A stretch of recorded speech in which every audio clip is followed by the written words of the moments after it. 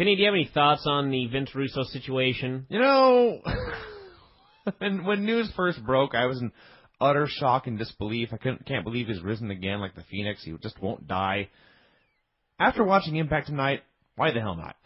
Well, Can it really be any worse? You know, I do have to say, you know what's funny is there's like a 5-page thread that I figured out is a very intense trolling effort. And the funniest part is where they're accusing me of jumping to conclusions, that sort of thing, when I actually specifically stated on the show today that I will give Vince Russo a chance. I fully expect him to fail because, as some people are unable to do, I actually look at history. And Vince Russo is a colossal failure in everything he's ever done, and he's never admitted to a failure. Even I've admitted failure. Oh, we have. Think about that. And if somehow this works, we'll admit to it again. Sure. We were wrong, we'll say. That's right. Now, let's think of an example where I can't think of an example where I've been wrong, but I'm sure there have been. I know they've happened because I remember thinking, holy cow, Bryan just admitted he was wrong. Yeah, so fuck off. They're rare, but quiet down before I shut you off. So I will give Vince Russo a chance here, but let's be realistic. The history of Vince Russo indicates he's going to fuck this up like he fucks everything up. And as I said to one hardcore Hogan, and I will say this here, I guarantee that within a year, which is giving him way too much time, within 1 year, either Vince Russo will be gone, or TNA will be gone, or both will be gone, which I think at this point is very likely. And Hardcore Hogan will be on the board, and he will be blaming everybody else for Vince Russo's failure. I just mark my... And I've written it down on the board, so I'm just going to go back to it in about 6 months and cackle. Just cackle at Hardcore Hogan over and over again, because I know it's going to happen. I've seen this a million times. But, so anyway, yeah, Russo's coming back, and I did think on the show tonight...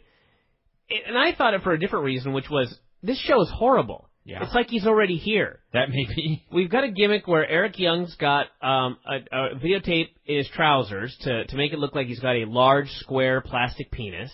We've got 18 million fucking things happening over the course of this show. Just way too much bullshit. And it's like, I'm watching a Vince Russo show. And then the other part of me thought, it's only going to get worse, believe it or not. And I can't believe that, actually, but...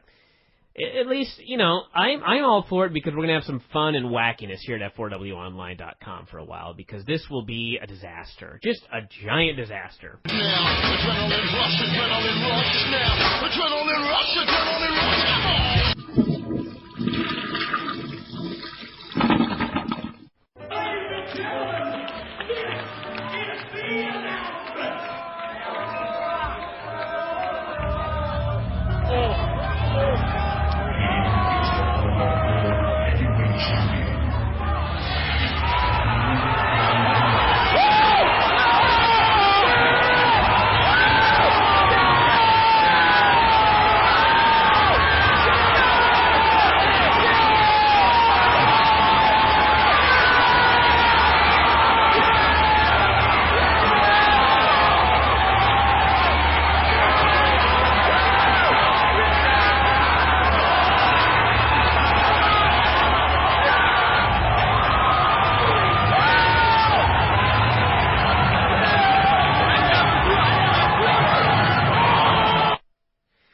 Nashville, Tennessee, September 24th, 2006. Total Nonstop Action Wrestling. I believe you mean Orlando. Shut up. Total Nonstop Action Wrestling announced today that Olympic gold medalist and pro wrestling megastar Kurt Angle has signed exclusively with the company. It was also announced that TNA Impact will move to 9 o'clock p.m. Eastern Pacific Thursdays on Spike TV starting November 16th.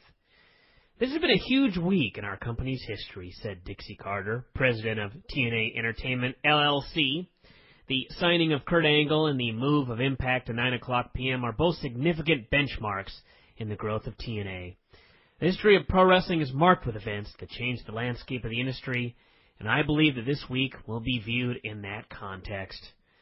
Angle, a two-time NCAA Division I champion and a three-time NCAA Division I All-American, capped off his illustrious amateur career by winning a gold medal in freestyle wrestling at the 1996 Olympics, competing with 2 cracked vertebrae, 2 herniated discs, and 4 pulled muscles. On November 14th, 1999, Angle made his on-screen debut with the World Wrestling Federation. Since then, this 5-time WWE World Champion has held every major championship belt in WWFE. He's also in the USA Wrestling Hall of Fame. Kurt is considered the greatest wrestler in professional wrestling, added Carter.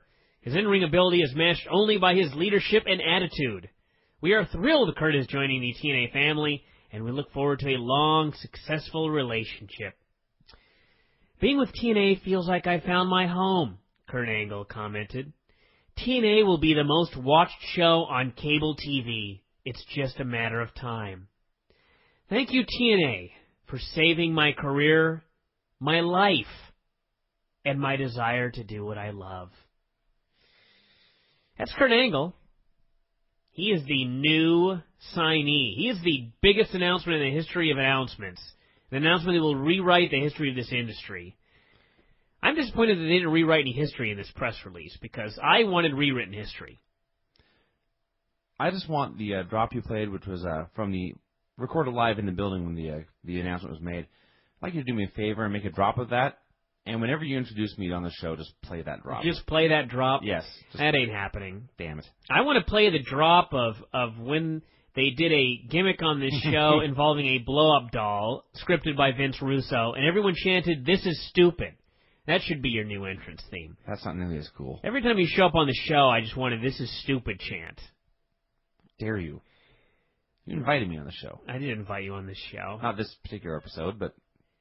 Well, kids, Kurt Angle's coming to TNA. That was the big announcement. They also announced a 9 o'clock time slot, but let's be serious here.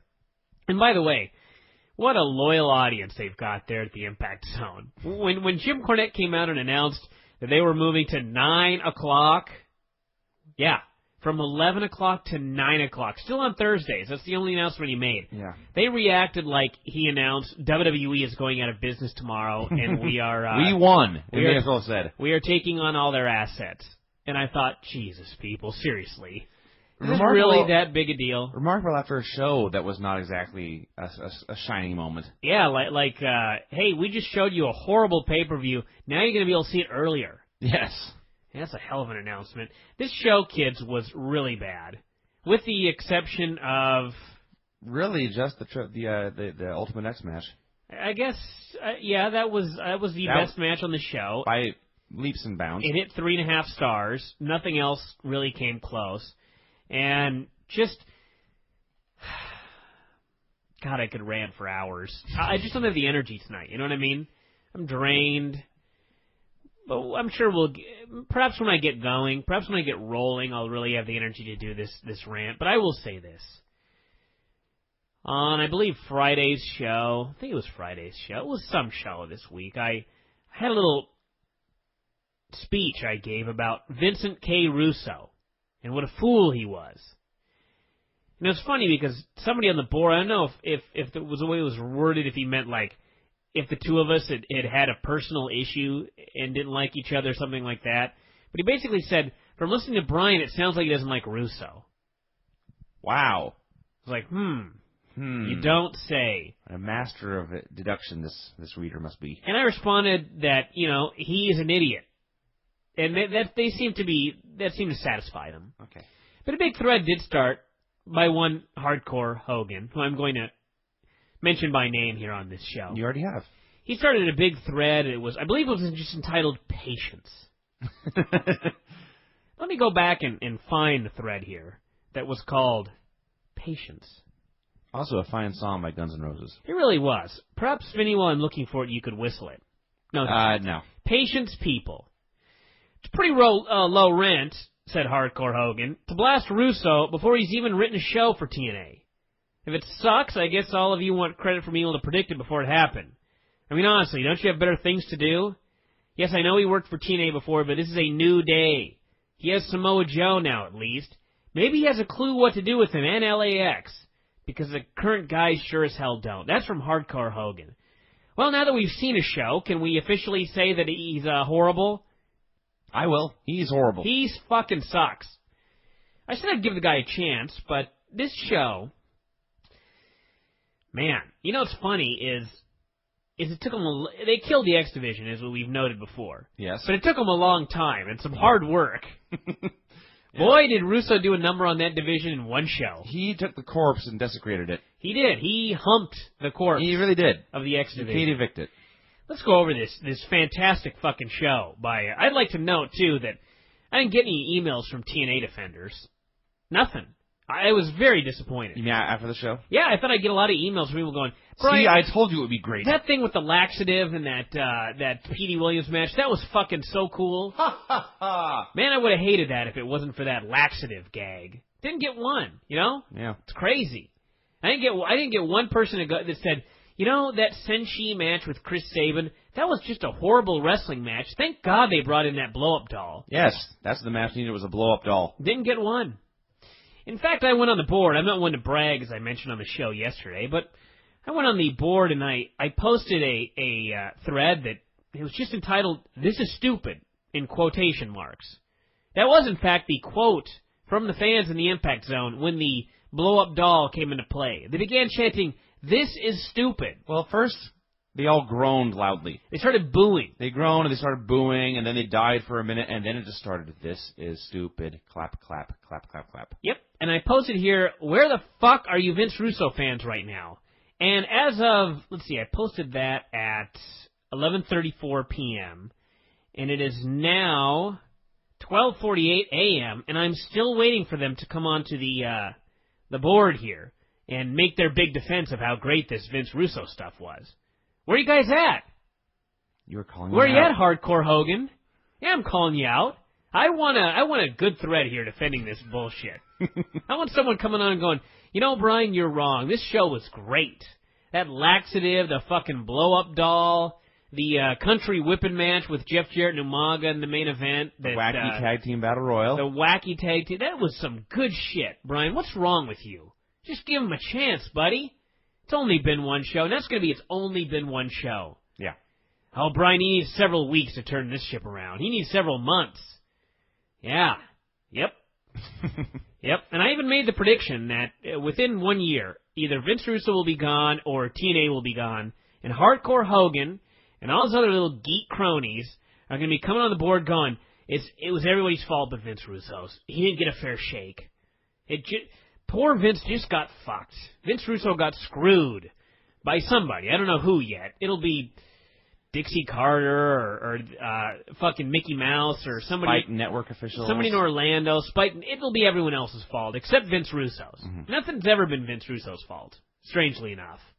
Just one shitty run after another, but it's never his fault. Companies across this country. Just crazy. I do have to give Vince Russo credit here, though. I'm going to tell you why. I'm going to give him credit for the same reason I'm going to give Rob Schneider credit. Talk about two people that just, like parasites, like cockroaches. They won't die. Just two people that have gotten just, again, just chance after chance after chance after chance for nothing. Just for nothing. What did Vince Russo deserve to get this latest run? Nothing. Nothing. Dirt nothing. Just shit after shit after shit after shit after shit. And he keeps coming back. That fucking, what was his name? I already forgot his name. Rob Schneider. Man, talk about getting far in life with no talent. Those are two guys right there. I've never seen two less talented men get farther in this world, I don't think. Name one.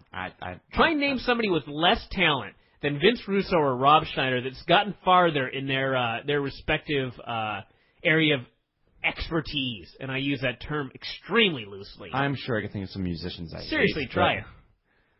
Billy Corgan. Even Simple Plan. Yeah. I'd go to Simple Plan concert before I'd ever see Rob Schneider film, or I'm forced to watch Vince Russo, but of my own, willingly, never. I'd see Simple Plan first, and I can't really think of anybody else. It's gotten farther with less talent. Wow. Seriously, in any genre. Dude, I'm drawing a blank. I have no ideas. Maybe Hardcore Hogan can fill it. Maybe like Willa Ford will somehow come into this thread somewhere. I actually took the time to maybe should clue people in. People are debating who's a bigger star, Chuck Liddell or his ex/whatever girlfriend, Yeah. Willa Ford. The key is in 2006, by the way. In 2006. Apparently, Willa Ford once had a song. In 2001. Yeah. She had one hit in 2001. And to call it a hit is very generous, because I actually looked up and listened to it, and I swear to God I've never heard this before. Well, And I listened to pop radio. You were 11 in 2001. That may be the key. Everybody defending Willa Ford's like 17, which is the key. But the best one was somebody was ranting about something or other, and he goes, "You can't count the 18 to 34 demographic." I'm like, "Oh, okay, well that's totally fair." You don't count them. Just no one counts them, really. The number one demographic in all of television and entertainment. We just won't count them, but oh yeah, we've had some greatness on the board the last couple of days, and I can only imagine after this rant the threads that we'll be developing. But I don't give a shit.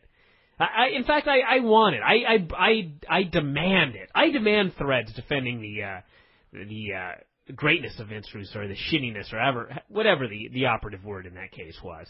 Just just make my day. I want to hear about how great the laxative was.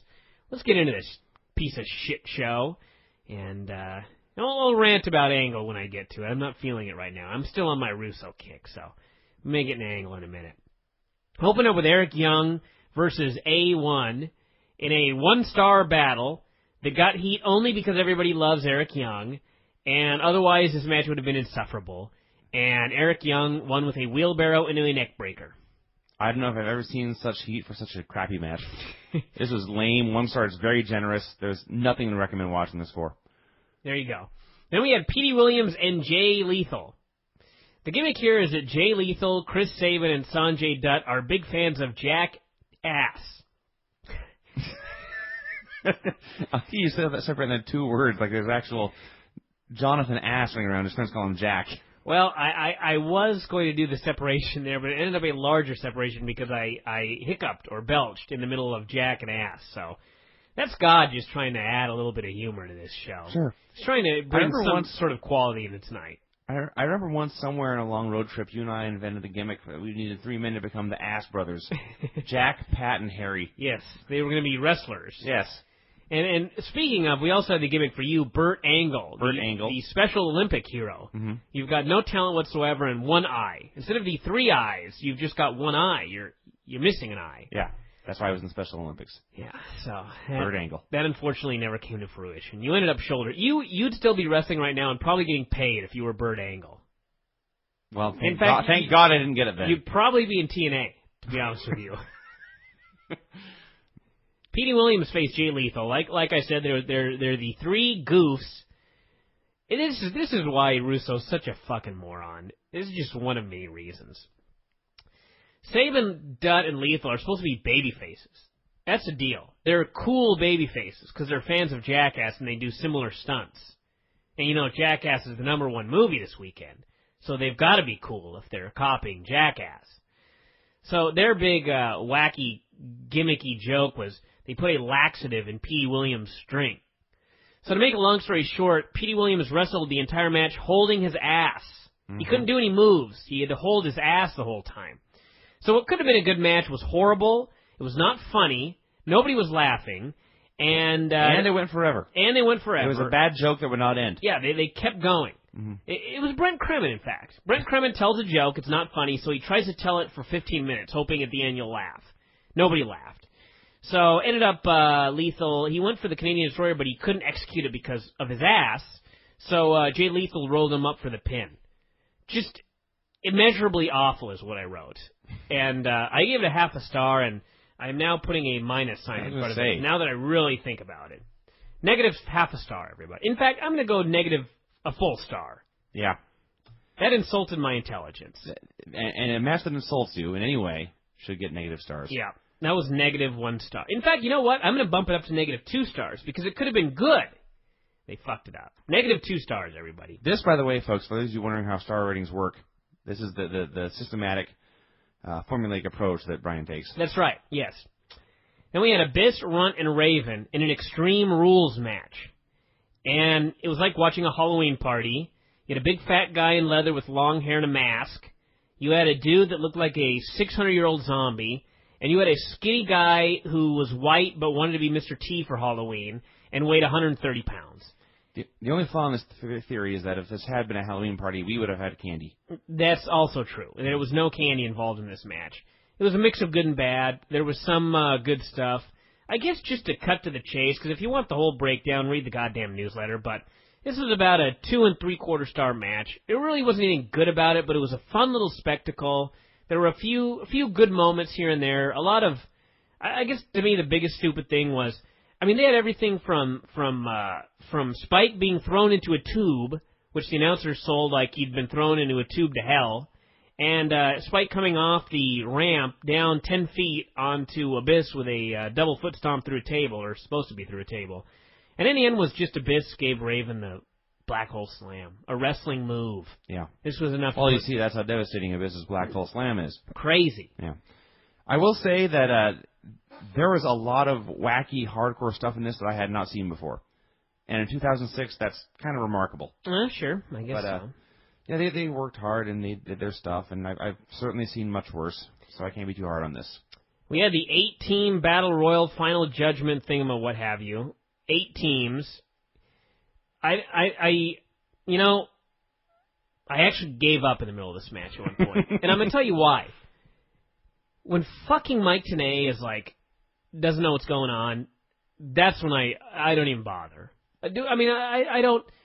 Any wrestling company that requires me, while taking notes, to rewind to figure out what's going on, you're horrible. That's bad. You're doing something wrong. This was just a very complicated 8-team Royal Rumble that turned into a tag match and wacky rules and shit like that. It came down to AMW versus Naturals, where the Naturals would have to break up forever if they lost, and unfortunately they won. God damn it. They scored the victory, and the announcers played it up like it was the culmination of months and months of hard work and dedication. And meanwhile, the fans were just like, good job, Naturals! Yeah. These fans, God bless them, they know the script. They did. And they try to follow it. They gave the scripted, we're so proud of the Naturals. Sadly, they are not Oscar-winning actors. They were so proud of the Naturals, why didn't they give a fuck during the match? Yeah, well, because fucking they Naturals. didn't give a shit during this match. No, and to top off all the stupidity and all the elaborate rules, I believe at one point, as Brian noted, Mike Tenay was not clear on the rules himself. At one point, I believe Frankie Kazarian and Matt Bentley were arguing about whether or not they had actually been eliminated. and then, on top of all this, they did a screw job ending of the Battle Royal, where James Storm was thrown out, but the refs missed it. So he ran back in and tossed Kip James out, and so they ended up winning and getting in the tag match. There's also a great spot where Chase Stevens was going to do a springboard, something out of the outside, and one of AMW pushed him on the ass, and he flew over the rail in about the 4th row and wiped out spectators, and everybody was going nuts. And meanwhile, I was just thinking, why the fuck would you go for a springboard to the outside in a Battle Royal? Yes. I don't know. We asked this during the show. Perhaps he was going to jump back in. I don't know. But still, it was dumb. Dumb. Fucking idiots. Then we had Senshi versus Chris Sabin for the X title. You know, I think that I am a prophet. I have determined that I have some sort of psychic ability. Really? Because it happens time after time after time after time after time, where I'll write some sort of comment, and then immediately, something will occur. I'm going to guess that your comment in this was, this has turned into an awfully good match, but they will probably screw it up somehow. No, sort of. It was that sort of thing. What happened was they came out and no one cared. That was the key to every match, is when it started, no one gave a shit. That was pretty much the theme of the show. And in a lot of the matches, nobody gave a shit at all the whole time. There were a few pops here and there, but... So this was a match where it was 2 guys, Senshi and Chris Sabin, were very good workers. They came out, nobody cared. They did some stuff, nobody cared. They kept doing stuff, and the people kind of started to care, and they kept doing stuff, and then it was like the people cared, and then Chris Sabin makes his big comeback, and the people were really into it, and I'm like, holy shit, this is really amazing. They had an X Division match earlier, and they threw in a bunch of stupid Vince Russo bullshit, and nobody gave a shit. And now here's 2 guys coming out and just wrestling. Yeah. Just having a wrestling match, and they turned the crowd and got him into the match. Mm-hmm. And as I'm typing that, out comes the other 2 dorks with the blow-up doll. They had the other 2 dorks being Sanjay and, what's his name? The other one. Jay Lethal. And Jay Lethal had a blow-up doll that was wearing Chris Sabin's gear, and had something taped to its face. We never saw what. So they bring out this doll, and everybody starts booing. And we talked about this earlier, and we talked about the chant of, "This is stupid," but we didn't actually talk about the stupidest thing of all. Senshi goes up to the top rope, and Lethal and Dutt pull Chris Sabin out of the ring, and they throw in the blow-up doll. Oh, yes. They threw the blow-up doll into the middle of the ring.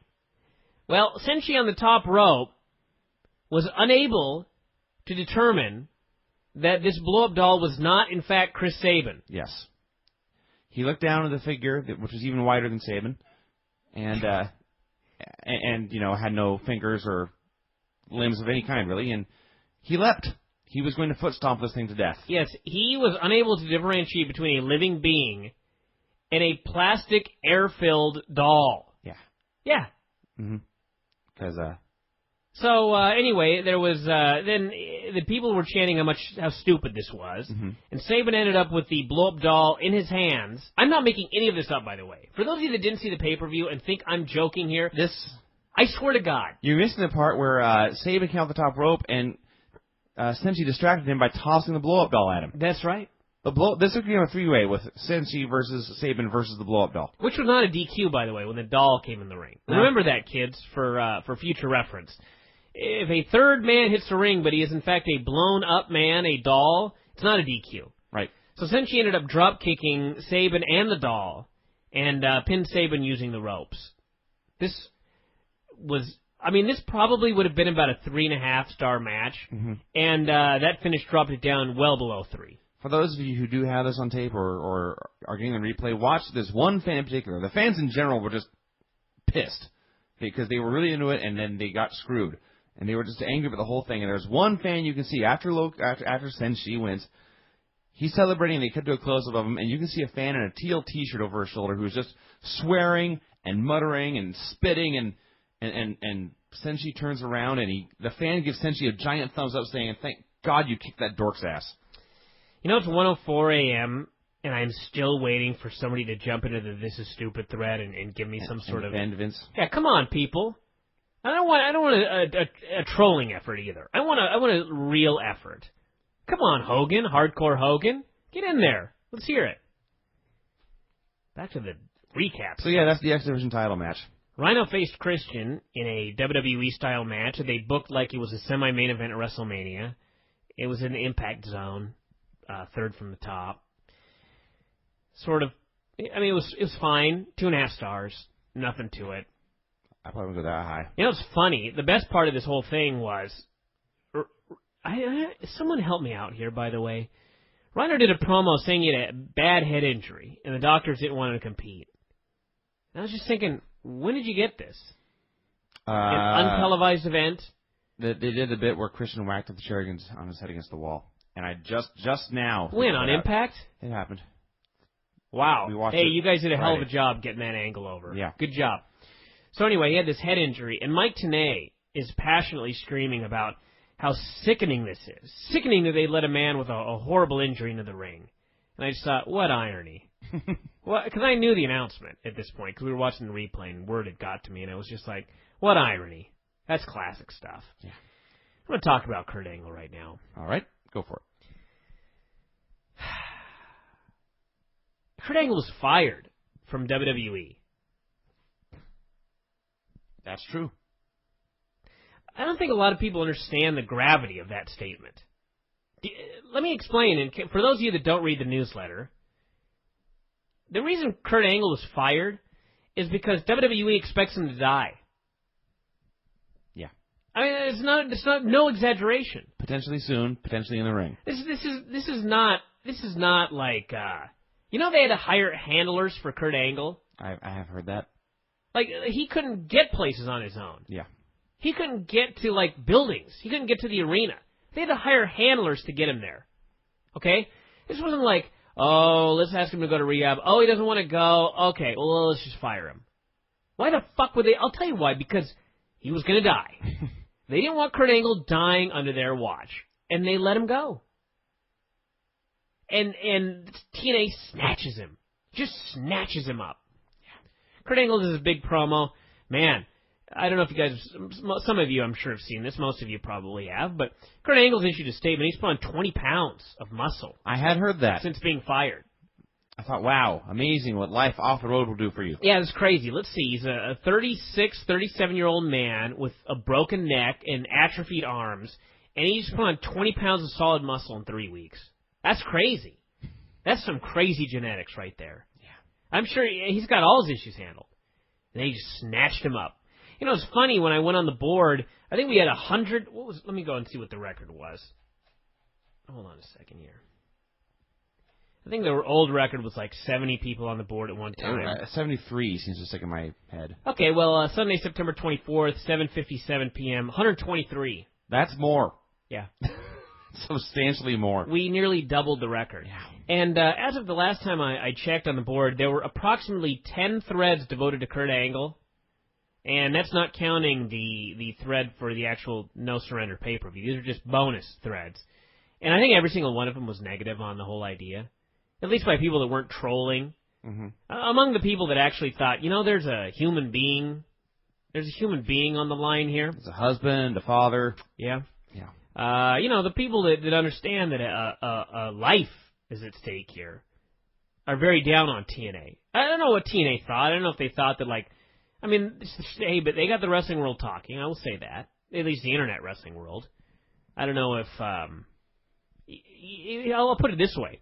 You and Mike Rowe both came over, and neither of you knew what the announcement was. Not entirely fair. I made a deliberate point to avoid. Yeah, but, you didn't have people calling you. You didn't have people texting you. Yeah. It was like Sean was calling you and Greg and Jim. I see. Okay. Mike Rowe didn't have people calling them, asking them about the big...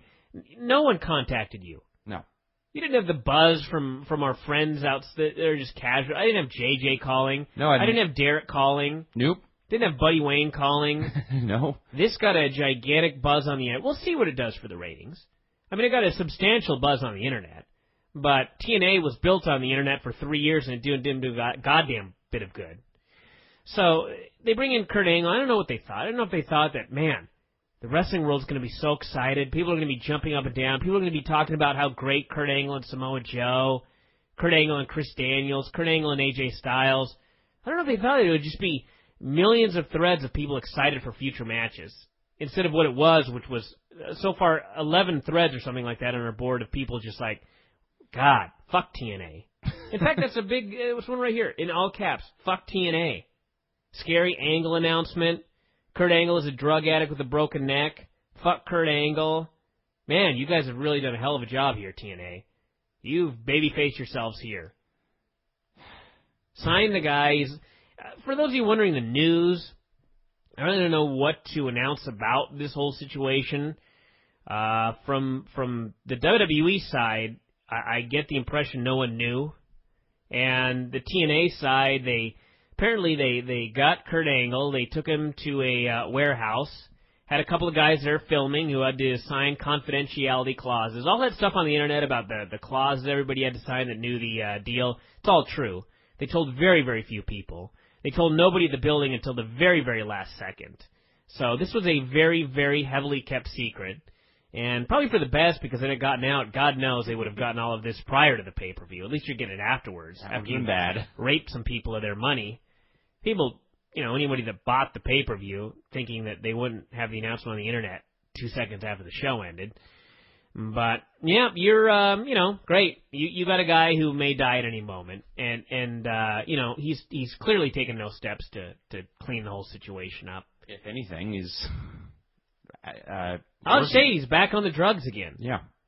There's no wellness policy now. No, he's free. There's no wellness policy. He's a free man. He can do whatever he wants. So there you go, kids. There's Kurt Angle. I don't know what to say about this company. Very down on TNA for just the stupidity of hiring Vince Russo. It's been a bad week. Just this absolute utter stupidity of hiring Vince Russo, and then just who gives a fuck? WWE fired a guy because they were afraid he was going to die at any moment. Let's hire him. Let's hire him pretty much immediately. As soon as they could. They didn't even wait. Let's just pretend that Angle's first stop was rehab. He'd be there for, 9 weeks, 6 weeks, 12 weeks? Significantly more time than he spent unemployed. Sure, they didn't even wait the 12 weeks. They were like, well, 3 weeks. It's enough time. He got his whole life cleaned up. Let's sign him. Sure. So yeah, what the hell can you do? We'll a lot of questions will be answered on Thursday. Just out of it's maybe crossing the line into too morbid, but have you started writing the Kurt Angle obituary story yet? No, but I'm sure, you know, I mean, Dave really already did. Yeah. When he broke down the thing. Yeah. I mean, I don't know. You know, it's inevitable. It sounds horrible to I mean, I don't want to laugh about it. I mean, it's a very, I mean, it's such a sad story that that's really all you can do is sort of like, just, it's absurd. It's just completely absurd. And, you know, it's going to end the way everybody thinks it's going to end. I mean, I'm not going to start a death pool or anything like that, and I don't want to see anybody start a death pool, and I know as I'm saying that, Hardcore Hogan probably, or somebody is starting a Kurt Angle death pool thread. It's all fine and dandy and everything like that, but it is a human, and he's probably going to die soon. And, you know, TNA, the thing that bothers me the most is, besides the fact he's probably going to die, is TNA is going to be so sad. And stunned. God. How did this happen? We're all devastated here at TNA. We didn't see it coming. It's just leaving behind a wife and 2 kids. God, such a tragedy. We're having a very special episode of Impact dedicated to Kurt Angle. Yeah, we're gonna dedicate this pay-per-view to him, and all the proceeds. Hey, you know what? All the proceeds are gonna go to his family. Everybody. Sure. We just want to give something back. I mean, Kurt Angle did so much for us here as a company. I mean, he really put us on the map. 8:00 p.m. on Thursday nights. We just want to give something back. You know. This business sucks. It really does. It's just the worst business in the world. It's just the worst. And, you know, it's just like, there are good people in this business. Somewhere. Well, there's quite a few, really. It's just that there's just more bad people. And it's, I don't know. I don't even know this is bad people, but there's just stupid people. I don't want to, I just don't want to, I don't want to yell at anybody, but I mean, come on. All those people working for TNA that have to put this over is a great, just an awesome thing. You know, Jim Cornette's there. He's so happy to make this announcement. Yeah. And, you know, Tenay's plugging it. Oh, this is going to be so great. And everybody's going to say great things about it. And it's like, is it worth it to you? I mean, they all have families, so I can't, you know, what can I say? I don't know. I mean, I can't demand everybody else make a stand. But, you know, sometimes maybe you should make a stand. Is it possible they're naive enough to think he's going to be okay? Okay. No one's that stupid. Although there were plenty of people who were completely, like, there were a shocking number of people that should have known better in TNA that were all for the Russo decision. That right there tells me there are some idiots in this company. Yeah. But this is, there ain't nobody. There can't possibly be anybody in TNA that's like, you know, Angle's fine. This is all overblown. And it's like I just got things tonight from people that you know, from the WWE side saying, you know, Kurt was the worst there's ever been. The worst we've ever seen. Think about that. I mean, I heard this, like, when he was first released, I heard that. I was like, he's worse than Shawn Michaels ever was. He was real bad. Yeah. Worse than Brian Pillman, who has, in fact, passed on. Yes. Of a drug overdose. Yeah. And, you know, and I heard it tonight. He's the worst there's ever been. This is not like the same person emailing me over and over. Hey, you know what? I don't know if I told you, but Kurt's the worst. It's person after person. He's the worst there's ever been. TNA just brings him in. Thanks for saving my life, TNA, Kurt Angle said. That was the most... Thanks for saving... You know, back in WWE, under that wellness policy where they wanted me to get off the pills, I was near death. Yeah. Now, I turned my whole life around. I'm fit. I'm strong again. What a miserable, wretched business this is. Just filled with some miserable, wretched people. I'm not going to single anybody out, but just, you know, if they're listening, deep down they know. That's the really thing. That's it. It's not like no one's going to listen to the show in the company and learn anything. No, I mean, it's just... I'm going to get off this subject. It's not like I can add anything. Let me add some insight about how stupid, how heartless this is. I'll add some insight about what assholes they are for... I'm not going to add any insight. Everybody knows. And everybody that's responsible for this knows. They don't care. Just some money. There you go. Just some exposure. Who cares? Leave a body. Make a little money off it while he's still around. LAX, AJ Styles, and Chris Daniels in an Ultimate X match. And while we're on the subject, I knew the announcement, and I watched the end of this, and I thought, you know what? They are determined to have somebody die on live TV. If not Angle, then somebody's going to die. The finish of this match, it was an all right match. There was some good stuff, some bad stuff. This is the story of this show. The end of this match was they have the Ultimate X cables, and they have the stand holding the cables up. And Chris Daniels climbs up onto the top of this lighting stand. And the ring is, what, 18 by 18, so what's half of that? 9.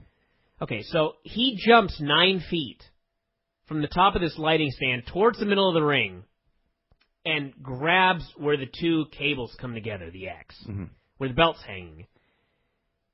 And, you know, God, he landed and held on. And because he was jumping and he was like trying to fly like Superman, his body was horizontal. Yes. So when he hit the cables with his chest, his feet kept going. And his feet kept going, and they went underneath him, and they hooked onto the ropes. And if he had not held on... If his fingers had lost their grip? If his fingers had lost the grip, and his feet had kept going like that, Chris Daniels would have flipped over. He would have been upside down. He would have been 10 feet above the ring. And I'm not sure where he would have landed. I'm not sure if he landed in the ring, or because he jumped 9 feet and hit the middle and flipped over, if he would have actually kept going another 9 feet and went over the ropes to the floor. But Christopher Daniels would be dead right now. And this is no exaggeration. He would have fallen in the ring, but he would not have landed well. I tell you this as a gymnastics coach. Yeah. The way that he jumped and the way that he landed, if he had not held on, if he had slipped, he would be dead. Or at least severely injured. And you think they thought about that? I'm sure they thought about it. Do you think they cared? Well, no. If they would have cared, they would have said, hold on a second, we're not doing this spot. It's just like the cage walk with Elix Skipper. Yeah. The fucking guy could have died. Very easily. And they're like, yeah, well, you know, let's do it. Why? I don't know. If I were going to make a stand, I'd just stop covering this company. I guess that's true. But I want to pull it. That's why I can't single anybody out, and that's why, you know, I'm not going to pull a Sherdog here. I'm covering this business. And I'm going to cover everything, but I will not, you know, I will flat out say a bunch of assholes in TNA. Just a bunch of assholes.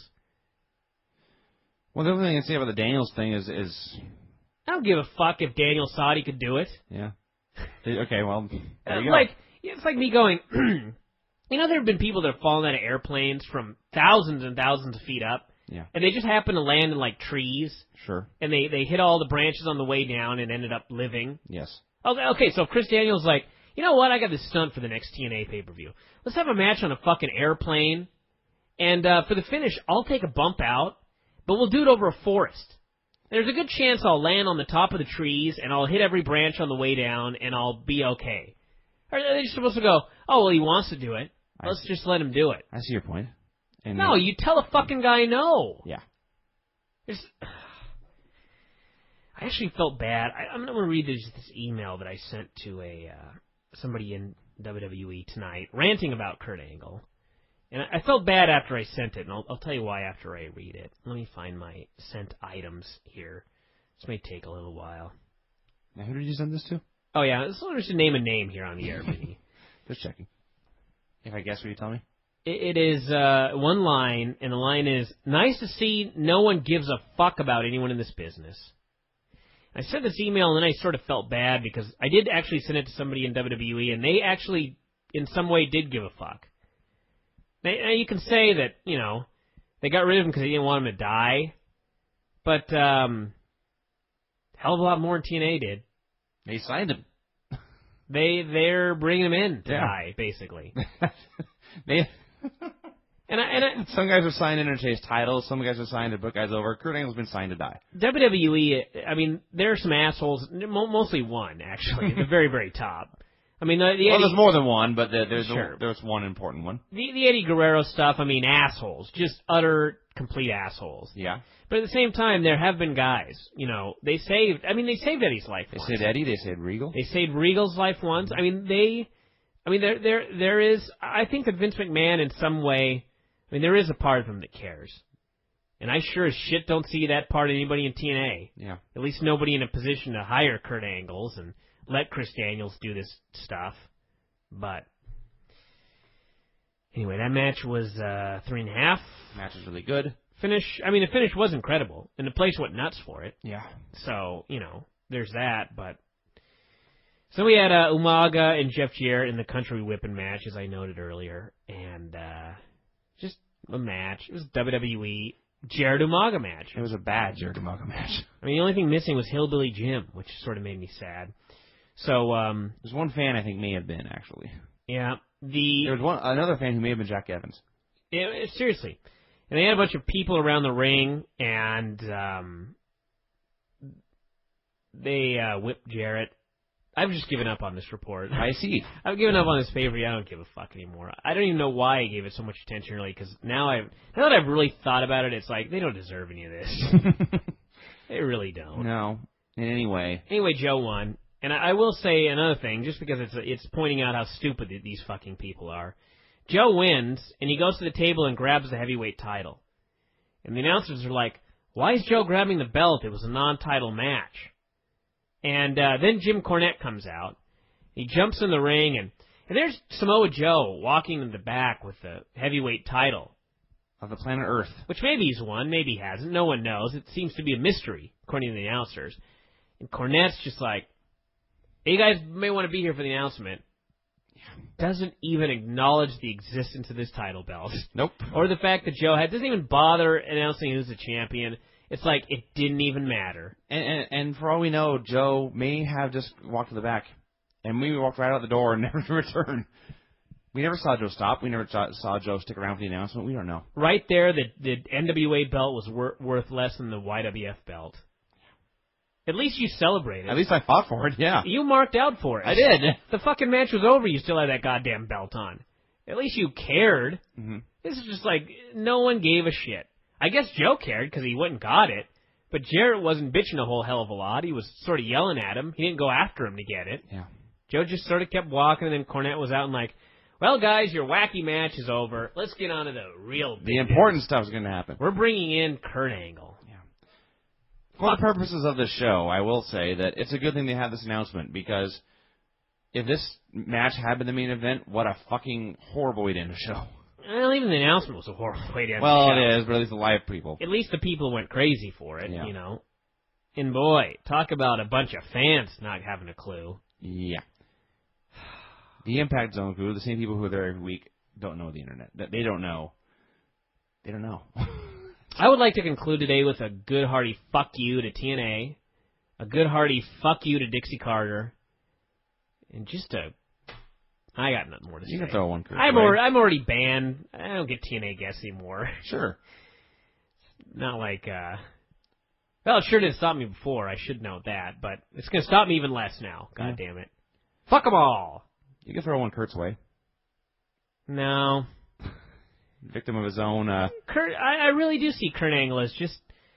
I see Kurt as a sympathetic figure. It's strange. But he... Well, no, it's not strange. He's a guy... I'm not one of those people that's like, you know, if you've got a major issue, everybody else should take care of you and that sort of thing. I think that everybody should handle their own issues. But Kurt Angle is such that he is... I mean, he will destroy himself. He will. We would discuss this. And sometimes, you know, sometimes you need to do what you can to not, you know, try and do your part. You know what I mean? Others, not. Well, I mean, we can't live Kurt Angle's life. No. We can't make him stop doing something. Kurt has to do all this on his own. Yeah. But with that said, we can do our part. You didn't see me scrambling to get Kurt Angle on Figure 4 Daily. God damn, I could get a huge guest, Kurt Angle. Yeah, I guess you could. It hadn't occurred to me, but yeah. Everybody can do their part. I mean, if this were not my job, I can tell you I wouldn't buy the pay-per-views with Kurt Angle was on. I don't need to send them a little money and let them know they're doing the right thing. Everybody can do their part. That's all I got to say about that. So Kurt Angle to me, he is what he is because of who he is, and he is what he is because of who he is. I realize I just repeated that, but you did put the emphasis on a different word, though. Sure. So it's let's end. I'm gonna wrap this up before I commit suicide here. I'll do my part just by killing myself. Then I won't have to worry about potentially doing any damage to the wrestling business. All problems solved. I just won't be around. So, anyway, kids, that's it for today. We'll be back tomorrow with God. Now it's like WWE. They're the good guys. They are. They're the guys in the white hats. It's like I'm gonna support Raw tomorrow. I really am. Now, adrenaline rush now. Adrenaline rush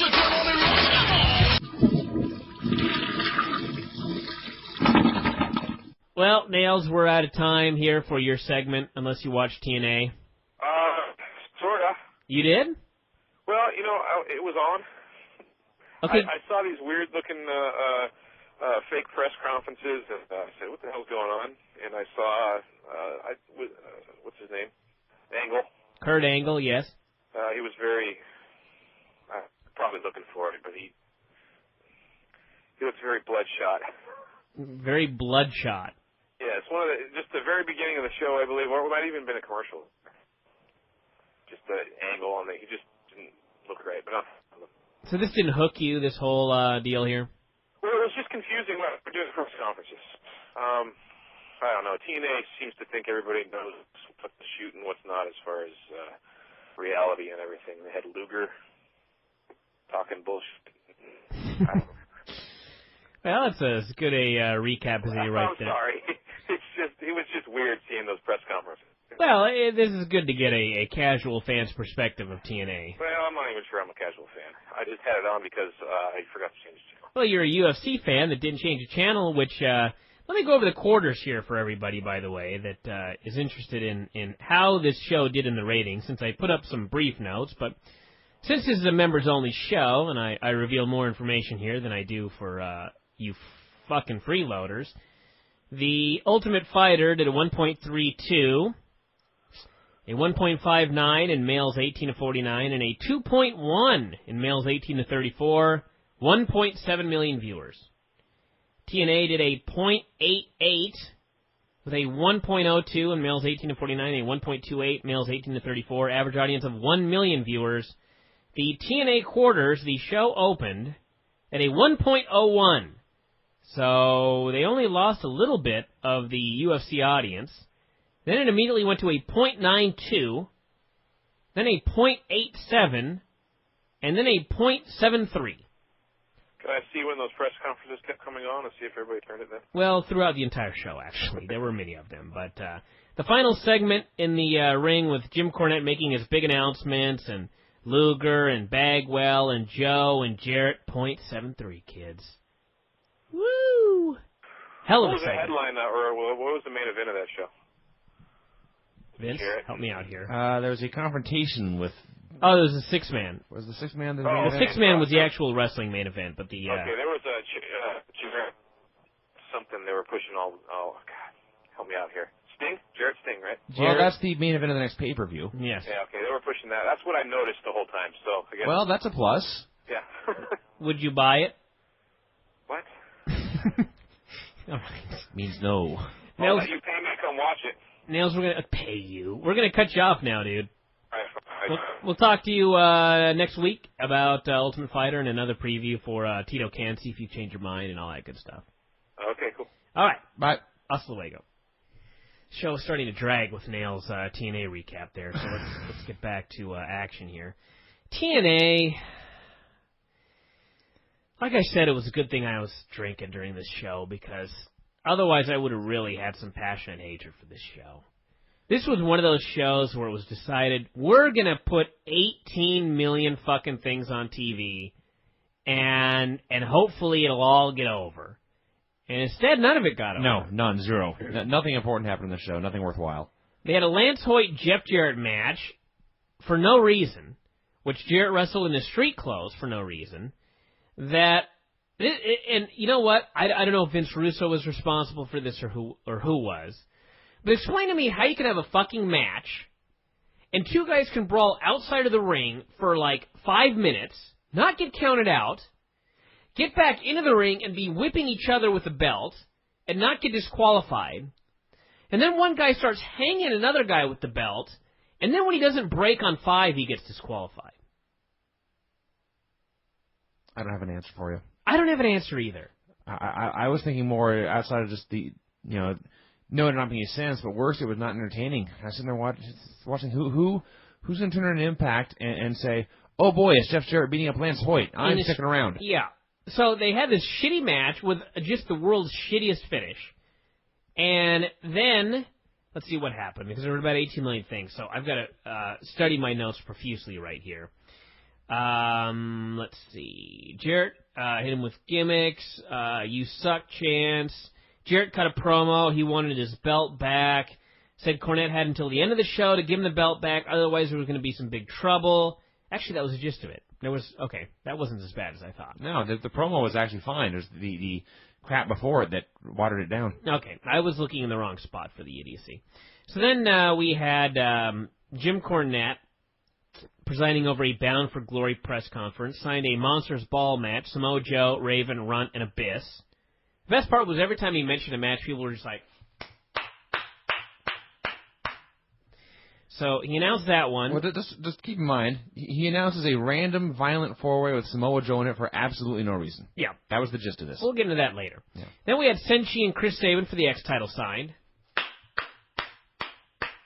Jeff Jarrett versus Sting, belt versus retirement. And he said before the end of the night, he would reveal how Kurt Angle would be involved with the pay-per-view. Before the end of the night, said Jim Cornette, this would be revealed. It was revealed, in fact, in the final segment, which, as noted earlier, did a .73.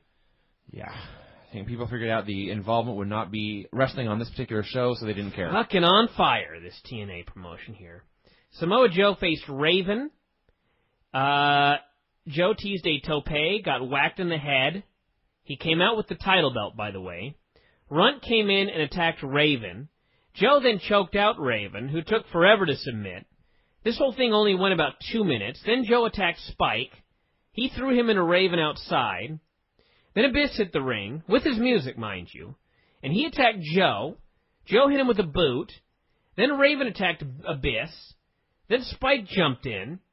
Then Joe took the belt, which is not his belt, and left. And then when he was on the ramp, he ran into Cornette, who told him Jarrett wanted the belt. He said if Jarrett wanted the belt, he could come get the belt. This was all packed in about 3.5 minutes. Yeah. Thumbs down, shit. Thumbs way down, very shitty. Worst of all to me was that after they booked Joe in the random four-way match for Bound for Glory, they then tried to build an angle to have it make sense. Yes. They did it backwards. Yes. Always great. Rhino did a promo at the press conference. Said head injury or not, he was going to take out Christian. I love this continual reference to this mysterious head injury. Yeah. He described they were going to be in an 8-mile street fight in Detroit, and then he said, quote, that means anything goes. Every match is tip match. Oh, yeah. That's how to have them, and 8 million ways to say anything goes. Team 3D return. Bubba is fatter and whiter than ever, as you noted, and Devon is also fatter than ever. Not whiter, though. That is true. He is just as black as he's always been. They destroyed 2 jobbers with the 3D. Bubba cut a promo. They're back. He said TNA offered them a title shot whenever they wanted it, but they were going to do it the old-fashioned way. They were going to start at the bottom and work their way up. What dumbasses. Well, I understand fighting champions and all that, but I don't know. it may have been better for them not to verbalize it, but... Of all the things on this show, this is the least thing to complain about. Yeah, plus logically it makes sense because at the time being you have LAX feuding with AJ and Daniels, plus the Naturals are allegedly in line for a title shot, so... Well, why not just have them not announce they can get a title whenever they want? That's a good question. Thank you. So then they cut back to the press conference, and Lex Luger was there. I should note that Luger and Bagwell were all over the show, and they never explain why. They just mysteriously are part of the company now. They're just at the press conference. They were never identified as this. I guess you're supposed to assume they are just Sting's spokesman. Oh! All they did was talk about how great Sting was. Oh, he needed 2 spokesmen? Yes, and he chose Lex Luger and Buff Bagwell. They just belched on the air. He did. Luger looks no younger than 60. Life's been hard for Mr. Luger. Yeah. God, I'm looking at this liquor right here as I say that. Oh, well, what the fuck. I'm going to have another little sip. This is for you, Lex. That's for the total package. Bagwell was there, said the same thing. Sting's in the best shape of his life, they said. Yeehaw. Then we had more Luger and Bagwell after commercial, a sit-down interview. Still no explanation as to why they're there. Just spokespeople. Jarrett sent Eric Young to go get the belt. Nothing became of this. He goes, you need to go get the belt for me, goddammit. And that was the end. Oh, Eric said no. Eric That's what said it was. no. Okay, so something did become of it. I apologize, everybody. There wasn't a culmination to this little angle here. I guess. Nothing. There was no. I've got to say one thing, everybody listening to this right now. If anybody's listening to this and they're going to tear apart our review and blame my drinking for the fact that we're fucking things up, don't. Because what really happened was something is horribly wrong with the Spike feed, and it affected both Ultimate Fighter and TNA. Both shows were horribly digitized. We were basically watching these shows on a bad internet connection, yeah. It looked like. There were long moments of nothing happening, like the screen would freeze and you couldn't hear anything. So if we did miss anything, I apologize. But what we saw was shit. So if the screen just digitized the good stuff, that's amazing. I don't think that happened. And it didn't ruin that much stuff. Saban, Sanjay Dutt, and Jay Lethal versus Alex Shelley, Senshi, and Johnny Devine. Saban, Dutt, and Lethal are supposed to be the baby faces. Meanwhile, everybody was chanting for Alex Shelley and chanting, no more jackass. This angle has failed. Explain what happened in this match, Vinny. First thing that happened was there were 6 guys in the ring having a match. Meanwhile, Christian came out to do commentary, and the camera was focused on Christian for the majority of it.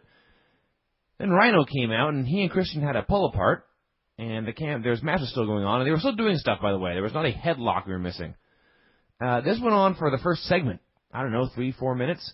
So they went to commercial to get everything cleaned up, and when they returned, it was still going on. The match was still going on, and Don West, I believe one of them, either West or Tanay, but one of them was apologizing to the men in the ring for not concentrating on them. Yeah, it was Don West going, I'd like to be able to tell you what's going on in the ring right now, but I can't see a thing with Rhino and Christian here. Yes. I was like, okay, the pay-per-view, Mike Tanay didn't know what the fuck was going on. Now we're watching TV and Don West can't see a goddamn thing. Brilliant. That's great stuff. That's what we need as our commentators to go, I hope you guys are paying attention because we're not. Pretty much. That's always great. Go on. Oh, they did some stuff. The crowd loves Alex Shelley. He's the only babyface in this, and supposed to be a heel, by the way. Yeah. And the Jackass guys brought in a briefcase of some kind. I don't know what was in this or what was supposed to be in it, but it ended up in Johnny Devine's hands. Then it got kicked into his face, and they pinned him. Yeehaw, kids! That's your main event. Yeah. That's right. Then we had the main event, which was Jim Cornette doing a promo, introducing Luger and Bagwell. People went. They announced that Sting was in the best shape of his life. Meanwhile, this was doing a .7. Just want to throw that in one more time. Cornette plugged the main event again, announced Angle will be the special enforcer. At which point, Jarrett immediately stormed out, and he was so angry. He was so mad that Kurt Angle was signed as a special enforcer that he never mentioned it. No, he didn't care. He didn't say a thing. He had more important matters. He said, God damn it, I want my belt back, Cornette. You're supposed to be the big kahuna here. Get my belt back. And this ended up with Jarrett attacking Luger and Buff, who took some of the most horrible bumps you've ever seen in the history of wrestling.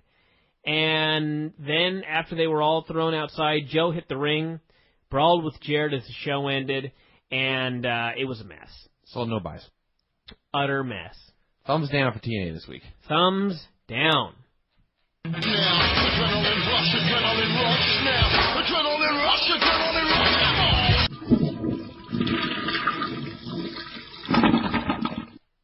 All right, we're going to talk about TNA. Do we have to? This fucking show. This show sucked. I read reports that this one was better than last week. That's like saying that the Hindenburg was less disastrous than the Titanic, because... they both sucked.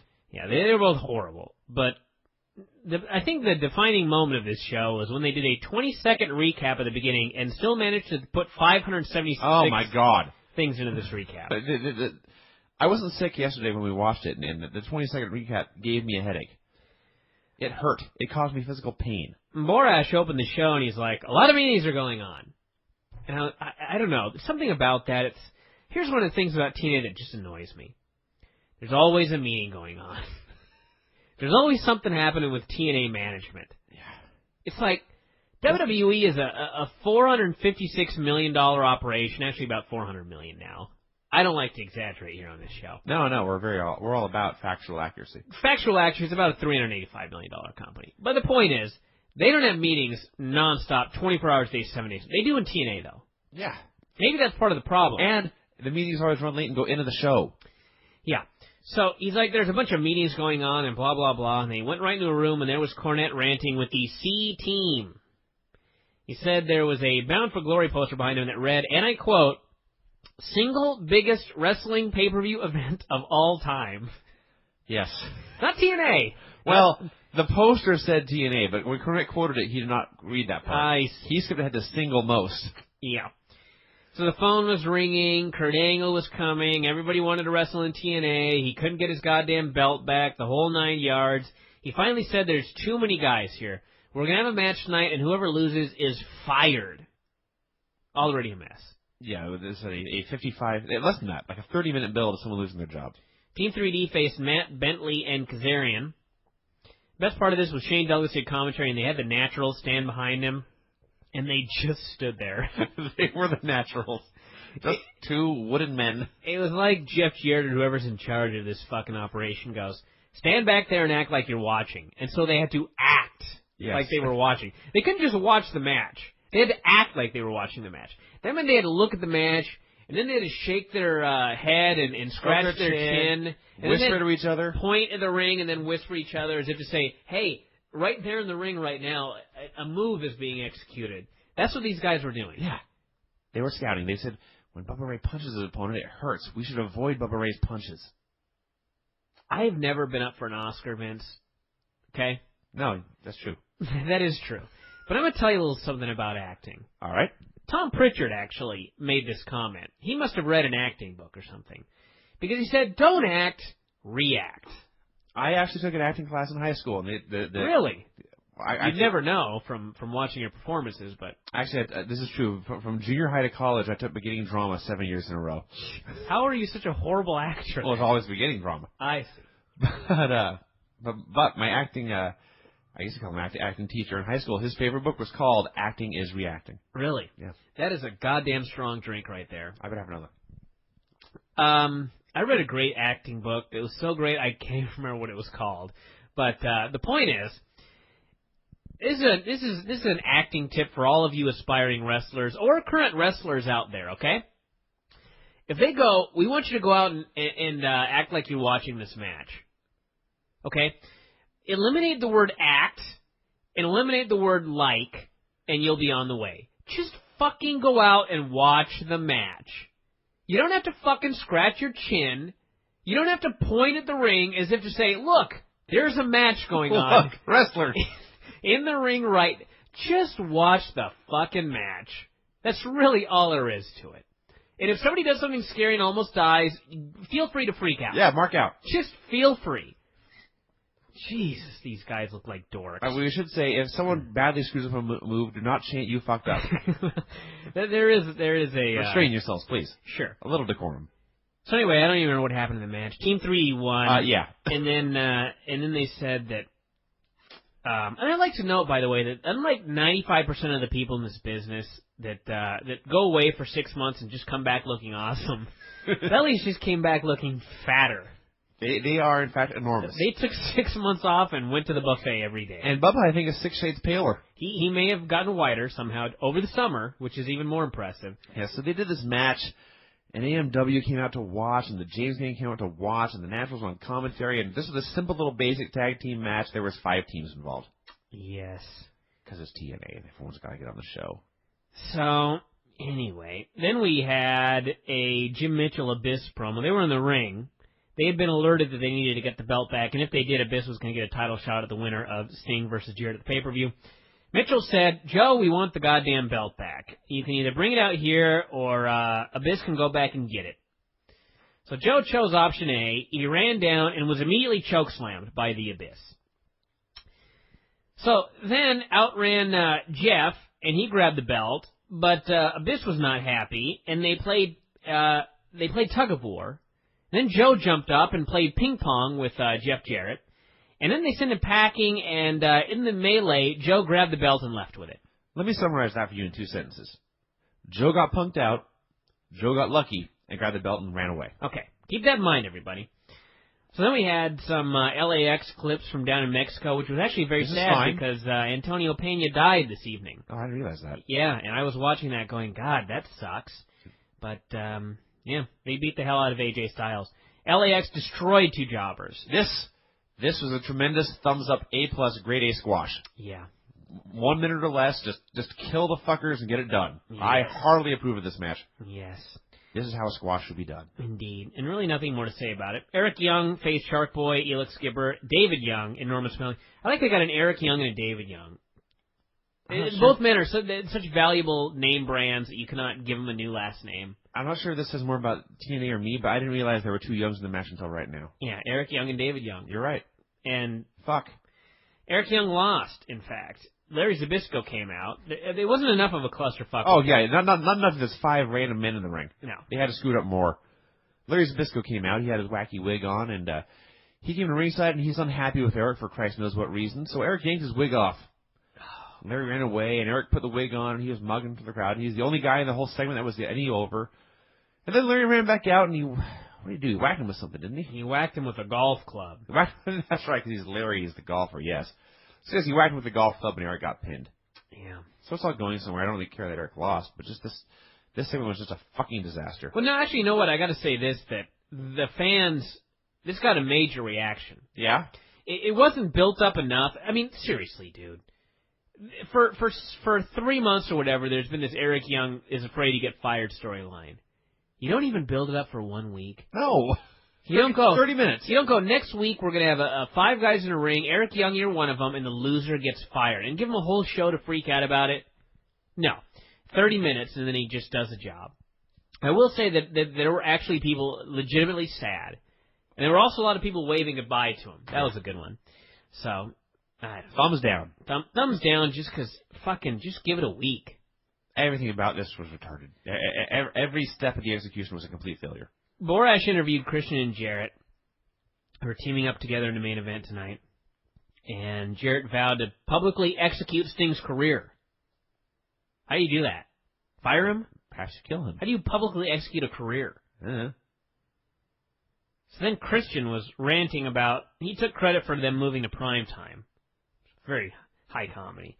And said he was a leader, Jarrett could follow his lead in the tag match, blah, blah, blah. Christian and Jarrett faced AJ and Truth.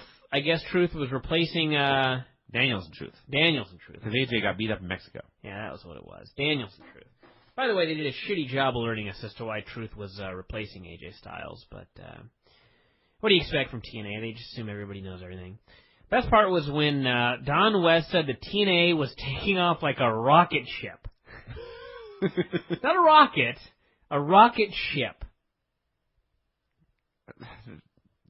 This is a very tasteless Challenger joke here, but I won't make it. I wasn't going to make a Challenger joke, but I was going to say that the similarities between TNA and NASA are remarkably similar. Just millions of dollars being spent and nothing to show for it. Oh, there you go. That is the story of both organizations. Heat on Truth, broke down in a three-way, blah, blah, blah, and ended up with Homicide hitting Daniels in the ass with a slapjack. He hit him right in the left cheek. Yeah, and that led to the pin. So, within 10 seconds, they tried to build up Jarrett versus Christian and LAX versus AJ and Styles for the pay-per-view. And then afterwards, Joe ran out, and Jarrett low-bridged him, and he flew outside like a geek. And I'm just going to read this verbatim because so much stuff happened. He ran at Jeff, and Jeff low-bridged him, setting him outside like a geek. Jarrett celebrated with the belt, but then Christian gave him the unprettier. So now Christian was celebrating with the belt, and in ran Rhino to gore him. The belt was laying on the mat. Joe grabbed it and ran off. So, Vince, recap your Joe recap from earlier. Joe ran out and immediately got punked. Some fluky stuff happened, and Joe was lucky to retrieve the belt and run away. So for all of you that thought, man, Vince Russo is going to know how to book this Samoa Joe, they are killing him segment by segment. He was killed before, and he's even a bigger geek now. Every time he shows up, he ends up worse off. Yeah. He should skip next week's show. He should just go home. So anyway, next week Bobby Roode announces his new manager. That was the final hook. That was next week, folks. You're gonna find out who Bobby Roode's manager is. Stay tuned. Tune in fucking next week, kids. He's getting a manager. Vinny, please, what's wrong with you? Sick. Did you already finish that drink? Close. Why don't you finish that off? All right. I don't need you staying the night at my house. That's the last thing I need. Me too, by the way. I don't want to stay here. I picture waking up and everything just smells. That's fair. I'll be honest. That's a fair prediction. And I have seen you in the morning, and I've said it before, but you are just the most ogreish, disgusting beast. I know. And again, this is totally fair, and I fucking hate mornings. Vince, I gotta tell you something. Not that you'll ever get married or even have a girl. But if you do, make sure you live with her for a while before you get married. Because if you guys do the whole, we're not going to live together till we get married, the day after, the fucking first day she wakes up and looks over at you and just goes, what the fuck is this in my bed? Get out. That'll be the end of the relationship. That'd be sad. It's sad but true. I know. You know this is true. Oh, I believe me. Okay. I don't, nothing you said in the past minute has been wrong. It's been harsh maybe, but it's been accurate. Sure. But harsh because, frankly, I'm a dick, but... You've been brutally honest. Tough love, as Buddy would say. It is, but I don't love you. It's tough hate. Now you're being a dick. I'm going to drink a little more of this before we get an ECW. Asshole. Now, adrenaline rush now. Adrenaline rush.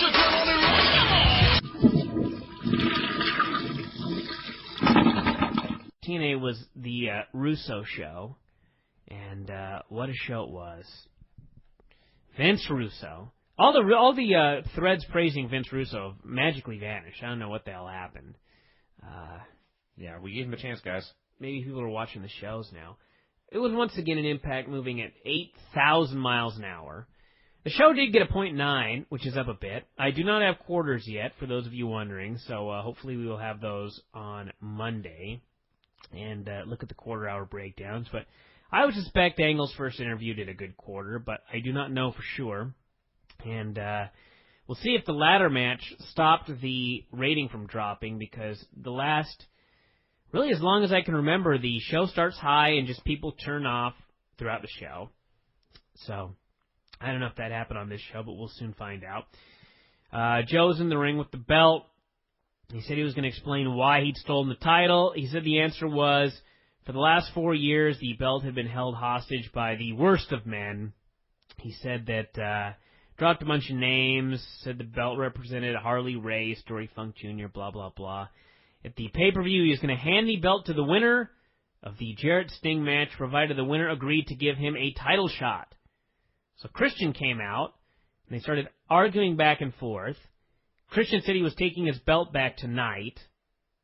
And ultimately, to make a long story short, they agreed to a ladder match for free on this show for a title neither of them held, and neither of them would technically win if they got it. Correct. They specifically said there are no win streaks on the line. Yeah. It's not a wrestling match, it's a fight, and they were fighting for a belt that was not on the line. Yeah. The only stupid thing you missed was that they gave away a ladder match between two undefeated guys for free. I didn't skip that. I said they were going to do it tonight for free. Okay, there's so much stupid stuff in there. I missed it, but yes, everything about this was retarded. Conan was doing a promo, and AJ and Daniels attacked them backstage, and there was a fence. There was a fence over by the back. And they brawled by this fence. I don't know what they said. Something like this is where LAX comes out, or something. They make like their that. entrance to that thing, but you're usually fast forwarding through it. So they brought him back there, and they threw Daniels into it and shut the door. Right. So I guess AJ could not get in. That was the idea. And then just refs came out from on the LAX side. Yeah. Yeah. So AJ was too dumb to go around the back way in the building. I don't know. Who the fuck? And even worse, it took them forever to get out there. They brought from the locker room, down the ramp, around the ring for a bit, over the fence. This took like 6 minutes. Just fight. I'm trying to think about it. This was like a. I couldn't take any more of that. This was like a cartoon where maybe it was sort of like that Big Show deal where Big Show's banging on the door when Kane's in there, which became a famous drop, and then Kane just walks around the corner. It's like it wasn't even a cage. It would have been like if you lock somebody in a house and then you panned out and it's not a real house. It's just one wall. Why don't you just go around? God, that pissed me off. That pissed me off so much you're staying on mute for a second. Last week, Bobby Roode vowed that he would reveal his manager this week. That was how they went off the air. Bobby Roode said, next week I'm going to reveal who my manager is. So this week he said, I'm going to reveal my manager at the pay-per-view. It was a swerve or something. He just didn't reveal them. He didn't reveal a pair of large breasts. So the manager's Tracy, for those of you that are confused. That's who the breasts belong to. Those are not Bobby Heenan's breasts, for those of you that might have been confused. But, yeah, so bait and switch. So then we had... I know you're just going to sit there in silence, but... What the hell am I going to add about Bobby Roode and Tracy? Nothing. I just turned you up because I'm a nice guy. You want me to turn you back down? Oh, no. Go ahead. I'm sorry. Jerry Lynn was talking to Shark Boy, Sanjay Dutt, Chris Sabin, and Jay Lethal. He told them everyone thought they were jackasses, so they should knock it off. And Sabin told them to come down to the ring and see what the X Division was all about. And what it's all about is just generic high spots, apparently. It was Lethal, Dutt, Sabin, and Sharky versus Alex Shelley, Petey Williams, Senshi, and Johnny Devine. It was a X Division TV match that we've seen 8 million times. Jerry was on the ramp and clapped, and then afterwards, Nash is back. He cut a promo. He appeared on the big screen. He said he'd only been gone 2 months, and the X Division had gone in the crapper. He said as a man who had built the X Division during his 30-year career, this sickened him. He said next week he would reveal the details of the Bound for Glory Kevin Nash Open Invitational X Division Gauntlet Battle Royal, at which point everybody went... Yay! Because you see, he's a babyface. Yeah. He's the only X Division guy who's over at all in any way. He's a babyface. Pretty much, yeah. You know, Kevin Nash, several months back, made this claim that his side of the story was that TNA, these idiots at TNA, they want me to beat a bunch of X Division guys, and then they want me to go out there and slip on a banana peel, and somebody will pin me in the end. And I just think that's ridiculous. I can't do something like that. Just remember that, everybody. Just remember that over about the next 2 months now. So then we had Diamonds in the Rough versus Truth and Lance Hoyt. In the middle of the match, they just cut backstage. There was Raven, Abyss, and Spike having an argument. I have no idea what this is about because it was just boom, boom, boom. Apparently, they were all mad because Joe was disrespecting them by taking the spotlight away from the Monsters Ball match at the pay-per-view, which apparently he's having with these three men. He already had it. No, that's at the pay-per-view. Oh, my bad. When do you remember seeing this match? Every TNA match I've seen, it seems like 100 times. A Monsters Ball with Joe? Maybe I remember the three-way. I don't know. Anyway, that's coming up at the pay-per-view. They did the match. Simon Diamond yelled at Skipper and David Young afterwards for losing. Yet another manager mad at his team gimmick. We don't have enough of those. Everybody deserted Skipper, and then Truth came out, hugged him, and walked off. And 5 months of storylines done in about 18 seconds. There you go. Now, granted, nobody would give a shit about the 5 months of storylines, so I can only complain so much. You know, I disagree with you. Or they wouldn't have given a shit for the first 4 months. After a month, that last month that they teased a build-up and they finally paid it off, someone may have cared. All right, let me ask you a question. Yeah. This would have been Simon Diamond and Elix Skipper and David Young. Okay, you're right. I'm sorry. Thank you. So then we had the Angle interview. I don't want to make assumptions or make statements. Maybe I'm totally wrong. But there was a moment in this interview where I swear on a stack of holy Bibles that Kurt Angle was slurring his speech. And in fact, we rewound it, and you were like, is he wearing his mouthpiece? I sincerely thought he was doing the interview while wearing his mouthpiece. He was not. Yeah. There was no mouthpiece in.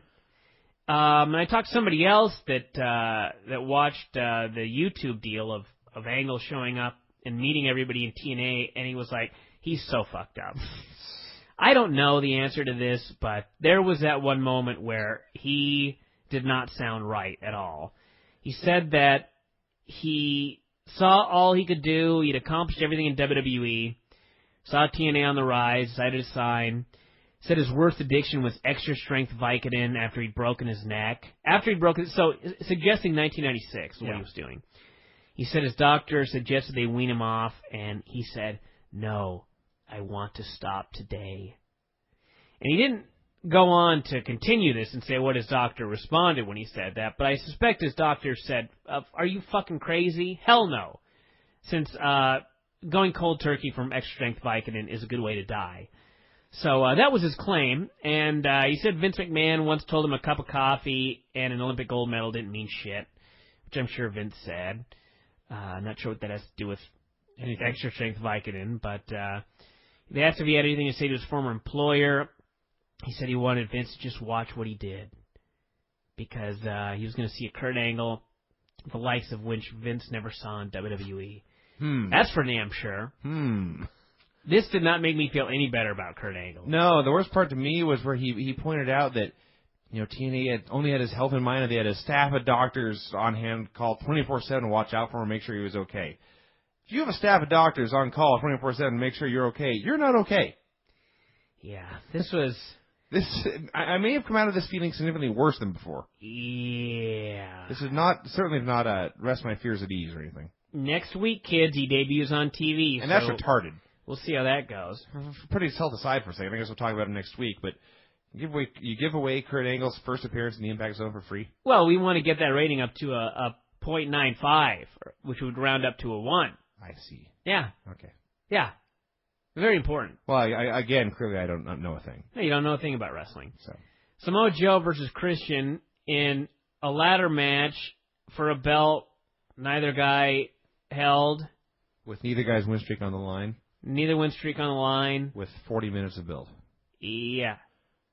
Tenay said it was not a fight, but an out-and-out ladder challenge.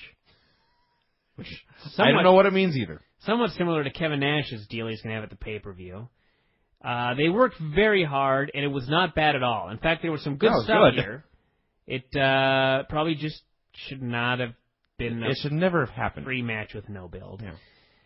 The announcers were trying to say that whoever got the belt would be the number one contender after Bound for Glory. Raven and Spike came in.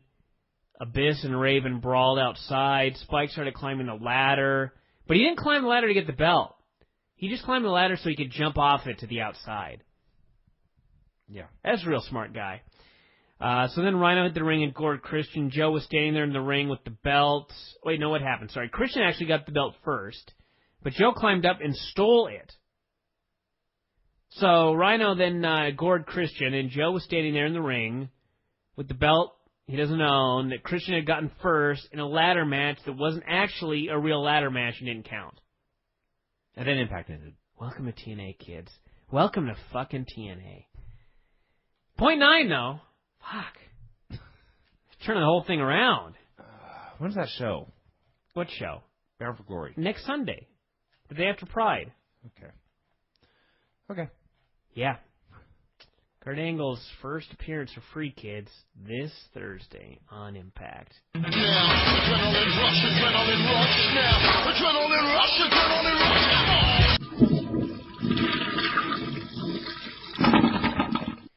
There's a very passionate argument on the board about the Kurt Angle angle with Samoa Joe. And my argument, of course, as many people are aware, is that it was bad booking.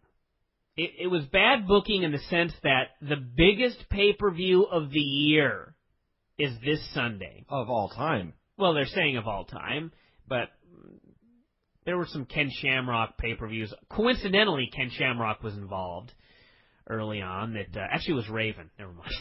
Forget what I just said there. Anyway, point was, this pay-per-view is coming up, and it's the biggest pay-per-view of the year for TNA. Maybe, arguably, the biggest pay-per-view of all time. And the final segment on the final show before this biggest pay-per-view of all time was Kurt Angle and Samoa Joe having a confrontation, building up a match. The match they're building up is not taking place today. It is taking place next month. Now, there were all the arguments. Well, Brian, if you would have ended the show with Jarrett and Sting, that's not going to sell a whole lot of buys. There's the argument Sting wasn't even there at the Impact Zone, so you would have had to have Jarrett go out there alone and do this, and that wasn't. Here's the deal. Whose fault is that? TNA's? Whose fault is it that Sting wasn't there at the tapings? That's TNA's fault. Yeah. Okay, they should have had him there. All right? Whose fault is it that you can't think of anything great to do with Sting and Jeff Jarrett that would sell pay-per-views? Well, that's a pretty shitty main event then, isn't it? Yes, it is. Okay, so something's wrong on TNA's end. Okay? The Kurt Angle, Samoa Joe thing, listen, it was great. Kurt Angle came out. The place looked at him like, my God, it's Kurt fucking Angle. He went face-to-face with Samoa Joe. He gave him a shoot headbutt. Samoa Joe was busted open. They went at each other. 1 million refs hit the ring. The place was going crazy. The internet is abuzz. I don't know what the rating is. We'll assume the rating is sky high. People are into this. Okay, great. That's fine. But that's not where it should have been. This is not when it should have taken place. It could have been done. Probably shouldn't have been done at the pay-per-view. You don't want to get... If this is the main event for the next pay-per-view, it should have been done on the next Impact. It should have been done... This exact angle should have been done on the final Impact before the next pay-per-view. Okay. You could have teased it. You could have done this, that, and the other thing. But this was just the wrong spot for it. Let me just say one more thing. WrestleMania. The WrestleMania main event, we'll just take, what was it this year? I don't even remember. Cena and Hunter. Oh, it's Cena and Hunter. Cena and Hunter is the big main event of WrestleMania. And if you go back, there was not a lot of interest in that match. It was, in fact, similar to the Jeff Jarrett Sting match. There really ain't a whole lot of interest going in. Okay? On the last Raw before WrestleMania, would you bring back Steve Austin and The Rock to have a stare down and a brawl, even though they're not going to be wrestling at WrestleMania? Why no? Well, no, I would not. I would no such thing. That would be probably a bad idea. Okay, you know what? Maybe Sting and Jarrett ain't working well, but you try. You try. Yeah. You may sell a few buys.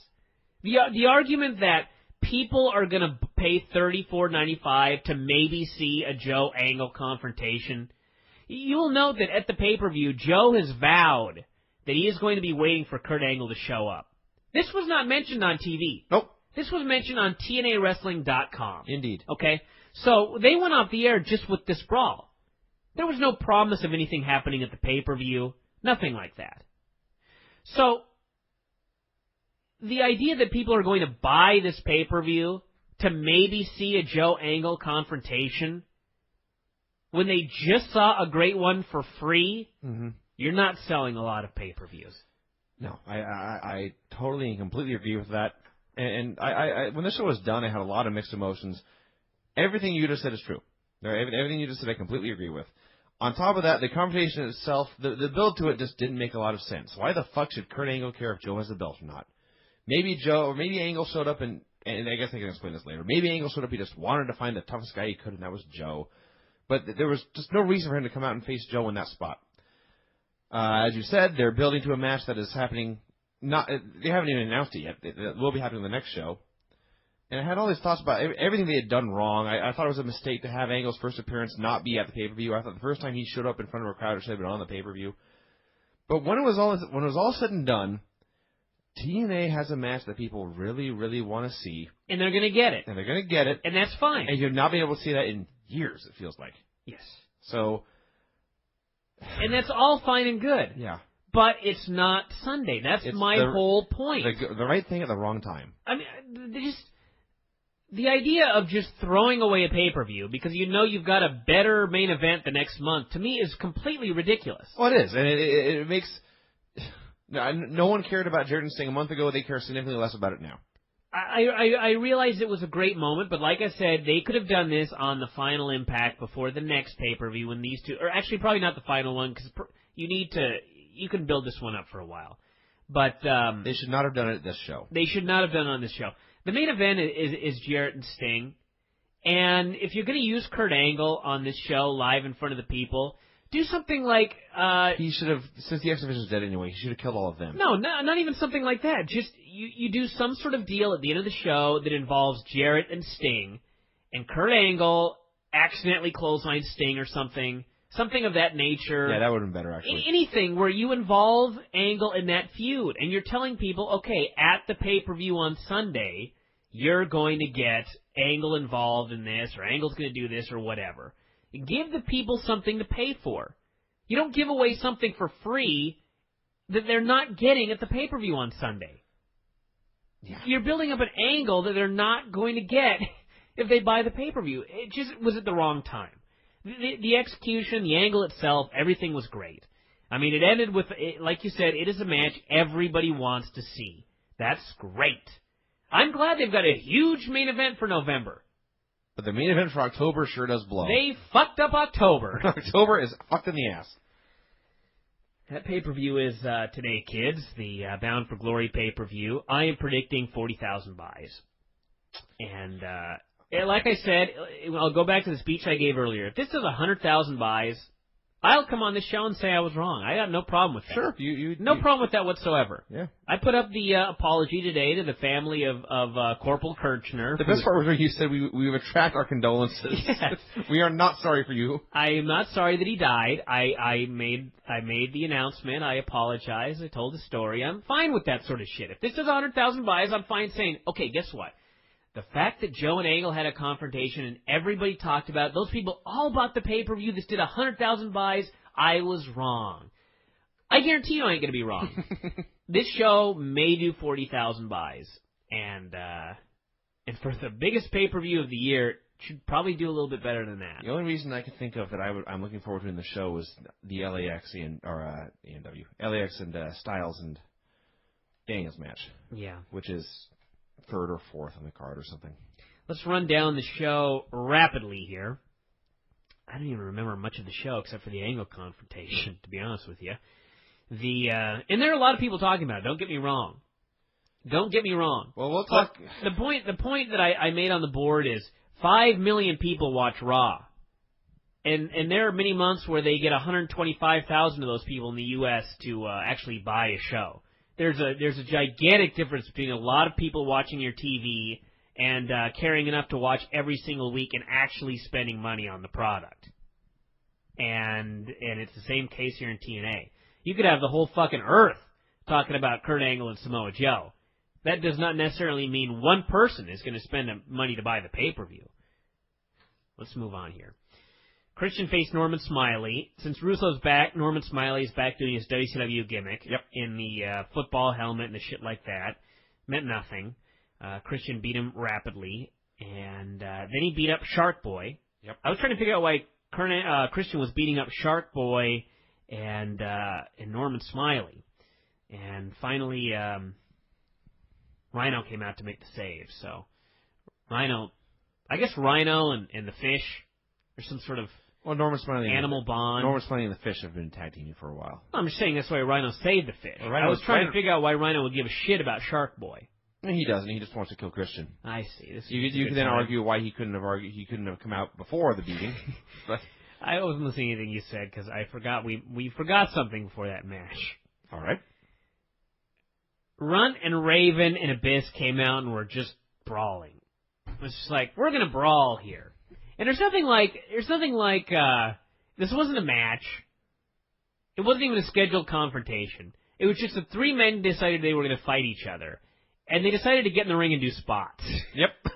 You know what I mean? Yeah. If I were really mad at you and we were at Buddy's house, I'd slam you through a table and hit you with a pizza box or a pill bottle or something like that. I wouldn't drag you to the barn and put you in the ring and start throwing you to the ropes. Yeah, exactly. I can't tell you how many fights I've seen break out in bars and guys start doing leapfrogs and. Sure. And maybe there's a ring. There's a ring over in one of the corners, and they just get in there and start boxing. Yeah.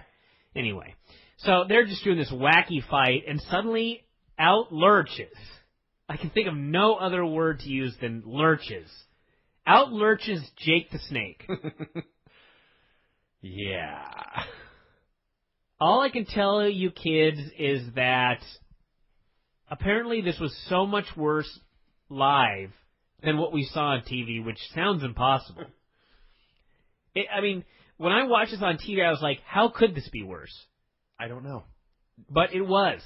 It was called the worst thing ever in the history of TNA. You ask how could this be worse? The only thing I can say is I read one report that timed Jake Roberts' promo at 9 minutes. Yes. Which they somehow edited down to about 30 seconds of incoherent rambling. Thankfully for Mike Tenay, we were alerted that Jake Roberts is going to be the referee. Okay, let me explain something to everybody. Can Jake count to 3 at this point? For those of you that think that a referee is being a referee is an easy job, I can tell you it's not. It's not a fantastically difficult job. It's not like you need an IQ of 140 to be a referee. But there are a lot of things that just watching on TV you don't think about. Such as when dudes are doing high spots, you never see a referee run into. The referee's always out of the way. You have to always be out of the way. You have to know what's coming up. You have to be able to get out of the way. Unless, of course, there's a planned ref bump or something like that. But you never see Chris Benoit whipping Kane into the ropes and Kane bonks into the referee because the fucking ref is right there in the middle where he's trying to run. Right. There are a lot of different things that go into being a referee.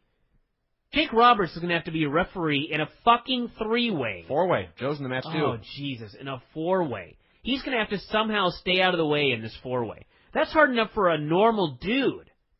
This will be a disaster of monumental proportions. I would not be surprised right now if Jake Roberts was not the referee at the pay-per-view. I'm just going to say that right now. That's probably, yeah, I would say that's the more likely of the two scenarios. Jake Roberts' odds are plus 1,500. Sure. He came out, I don't know if stumbling is the right word, but he was having a great struggle to carry the snake on his back. Yes. Jake has seen better days. This was maybe half a step above Heroes of Wrestling. Apparently, Jake tried to put the snake down Spike Dudley's trousers afterwards, and the owner of the snake ran out and confiscated the snake. This takes away that half step then. This is as bad as Heroes of Wrestling. This was horrible. Thank God they don't have live TV. And sold no buys. Yeah. So Angle showed up in his limo, just right like that. He just showed up and there was Jeremy Borash. You'd think like his first appearance in the actual Impact Zone would be him coming out on the ramp. Nope, just showed up in the limo. He said it was damn real and he left. Sure. That was that. It's damn real. So then we had Sanjay and Jay Lethal in the back being fantastically uncool. This is so awesome. They were pretending to be Senshi, and then he came in and kicked their asses. They had the bald wigs on. They were playing video games. They were mocking his deep voice and his methodical way of talking. And then he came in and just beat them to death. And it was awesome. I was cheering for him. I said, "Yay, Senshi, kill them." And this led to Senshi versus Jay Lethal, and Senshi beat him. And let me just recap here very quickly.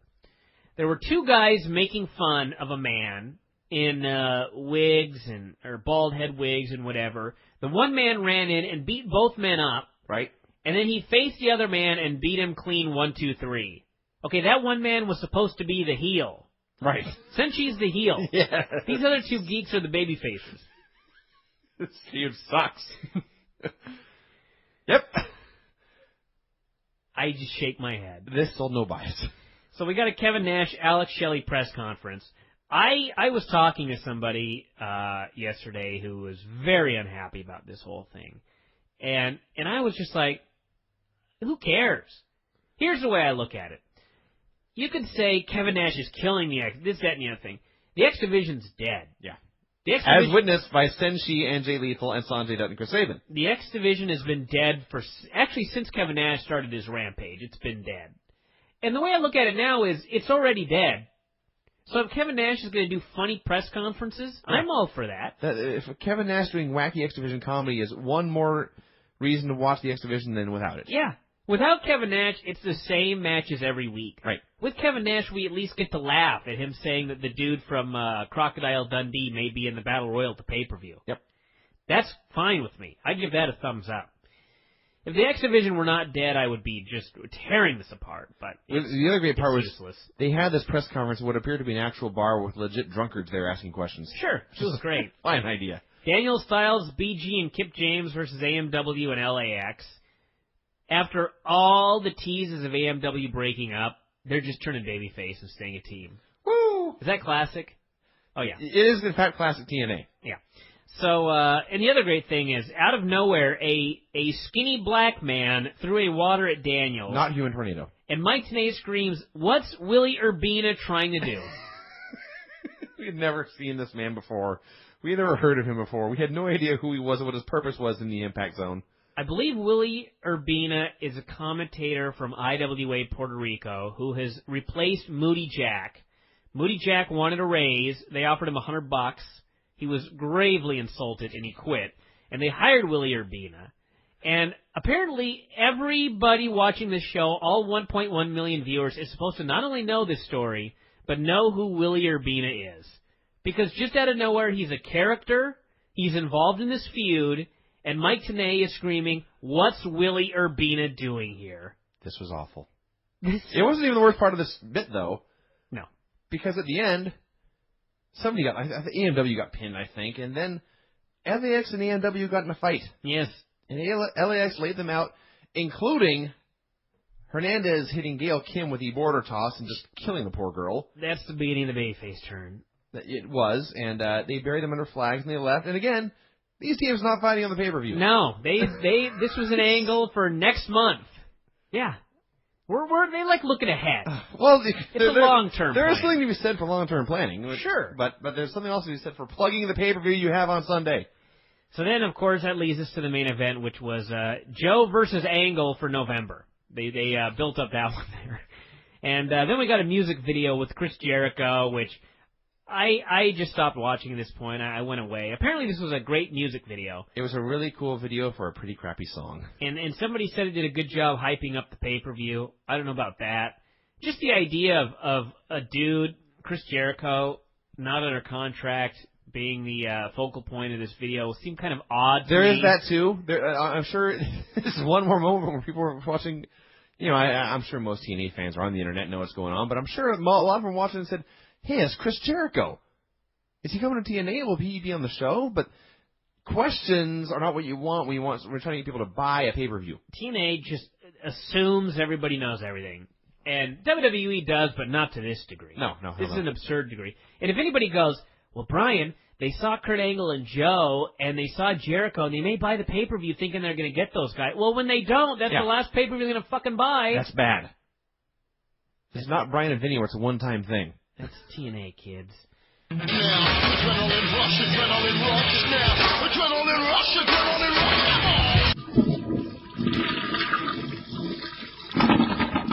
What the hell's so funny? That song. Why was it funny? The man had a funny voice. We're here on the Bryan and Vinny Show for Sunday night, Monday morning, whatever you want to call it. It is October 23rd, 2006. We have just watched the TNA Bound for Glory pay-per-view from somewhere near Detroit. It wasn't actually in Detroit.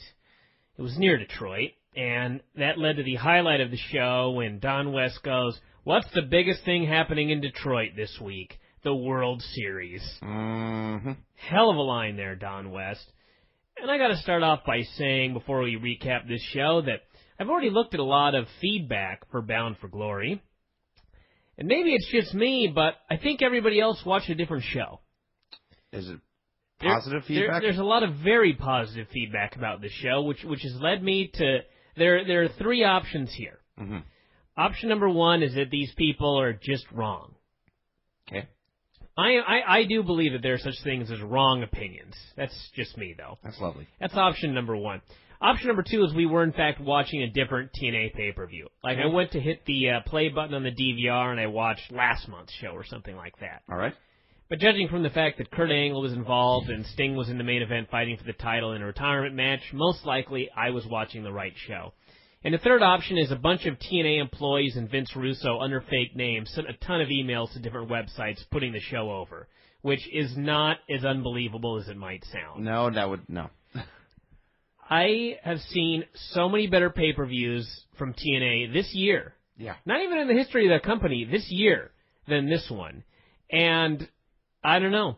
There was some good stuff on the show. Senshi and Chris Sabin had a great match. LAX and AJ Styles and Christopher Daniels, they did some great stuff, but even that match suffered from what the entire pay-per-view suffered from, and that was absolutely perplexing booking. Actually, booking may not even be the right word. The psychology on the show was just completely fucked up. Just completely fucked up in about pretty much every single match, except for the main event, which was horrible just because it was horrible. But I think there were some perplexing moments in that match as well. So we're going to run down everything one by one. The only good thing I can say is that they do have Angle and Joe coming up. At least we've got something for next month. Yeah, kids. the only positive you can say is for the future. Yeah. There's very little positive to say about this show. I also hated it. This was something else. It opened up with Kevin Nash's Battle Royal, which was a Royal Rumble with 1-minute intervals where you could win by tossing a guy over the top rope until it came down to 2 minutes, in which case it morphed into a normal wrestling match. Right. None of this was ever explained, by the way. Well, I think that's the way they've always done Battle Royal, so I'll at least say that at least in the past they have had a reason for the rules changing in the middle of the match. Thus was not the case in the cage match. No. We'll get to that later. We'll get to that later, but even WWE does the Royal Rumble every year, and they still make it crystal clear what the rules are. Yes. So And, well, the rules also are very simple in the Royal Rumble. that's also true. You just get thrown over the top rope. This was a Vince Russo special. You had the X Division wrestlers, you had the jobbers, you had the midget, you had the woman. Am I forgetting anything here? The one-legged dude. The one-legged freak. The whole 9 yards. It's a little strong. I just actually read a book about freaks. So I see. the guy that wrote the book was trying to... He was very upset that the word freak was now politically incorrect. He said there was no better word to describe people with these disabilities than freaks. And he said he was a freak himself. He had once worked in the circus. Okay. So as a freak, he was defending the term freak. The whole book was about how special freaks were. So really, I was giving Zach Gowen a compliment by calling him a freak. Huh. Yeah. So anyway, he was out there with his one leg, and they had this match, and there was a lot of comedy involved, that sort of thing. The best comedy was actually Kevin Nash coming out with a giant trophy that was a bowling trophy. Mm-hmm. The winner of this got a bowling trophy. That's good comedy. Yeah. Yeah. The midget chasing the referee around the ring, and then the referee ending up in the ring and deciding he was a participant and taking his shirt off and then immediately getting eliminated, that ain't comedy. That's just dumb. That's just wacky. Well, it can be both, but it certainly was dumb. Well, maybe with the proper... If Regal had been the referee, something like that... Okay, yes. That's a good point. The right man could have made this funny. And I don't like to make I don't like to make accusations about certain things, but Mark Johnson, something's up. Something is up. There's got to be some sort of underhanded reason why this man still has a job, because he brings nothing to the table, literally nothing. So, I can't argue with that. I actually I can't. Something that Mark Johnson does that says that he's great at, that says he should have a job. So there are individuals in TNA where there are certainly stories going around. I have not heard such stories about Mark Johnson, so I can't. Maybe they just see talent in him that I don't see, but. Useless, completely useless. So they had this match, and it came down to, who did it come down to? It came down to Austin Starr and Jay Lethal, who had a match, and then Austin Starr pinned him with a brain buster. Alex Shelley had been in the match. He was Nash's boy. He got eliminated. So Nash and Alex Shelley hit the ring afterwards. Starr was celebrating. They gave him the big trophy, and then they walked to the back. Mm-hmm. That was the end. That was, in fact, the end. Yeah. You had told me beforehand that you had heard the match was miserable and all kinds of bad, and it was just a wacky exhibition battle royal. So maybe with my lower expectations, it was it came off better than it really was. But all in all, I had no problem with this. 1 star. Yeah, that's what I mean. I can give no more. Then we had clips of LAX destroying Gale with the border toss. They cut backstage to AMW, who vowed that they would get revenge on LAX in a match that's not tonight. No. Yeah. The theme of this pay-per-view continues. Sure. The whole company's ignoring it. Yeah. This was like the night that didn't exist. Sadly, it did, and we had to watch it. Shane Douglas came out with the newly franchised Naturals. It looked exactly the same. Have they been newly franchised for about 6 months now? Franchising involves the ass. I do remember the famous line where Shane Douglas threatened to franchise someone's ass. Ric Flair's. Ric Flair's ass, and yes, and we were waiting for the Ric Flair's ass chain of restaurants. Yes. He said, first he asked, are we ready to get our ass franchised? And then he called out the newly franchised Naturals. So all I can assume is they were sodomized. No, that would at least be interesting. Well, there'd be something, as rape victims, there'd be something compelling about these men. That's the only thing I can... And they were still the same old boring twits, so yep. I don't think he raped them. They faced the James Gang, AMW, and Team 3D in a 4-team match. They did a bunch of moves. Apparently it was an Extreme Rules match. They were brawling all over the place. They brawled up the ramp. They brawled here. They brawled there. They brawled near. They brawled far. They brawled everywhere. So, Naturals... I don't know why that was so funny. Naturals ended up in the ring. This show was so bad. This was so bad it was... Sometimes the show is just so bad you're miserable. This is so bad there's just comedy everywhere. By the end, there was comedy fucking everywhere. So, and Buddy Wayne was here too, and he behaved himself until about the last match, and then he lost it. And we all already lost it, so... But it was Extreme Rules. They were here, there, everywhere, as I noted. The Naturals hit the Natural Disaster on Devon, which apparently is their finish. I don't know for sure. Devon just kicked out. Crowd was silent. This is another theme of the show. The theme of the show was there was a lot of excitement early on, and the match was worked in such a manner that by the end no one cared.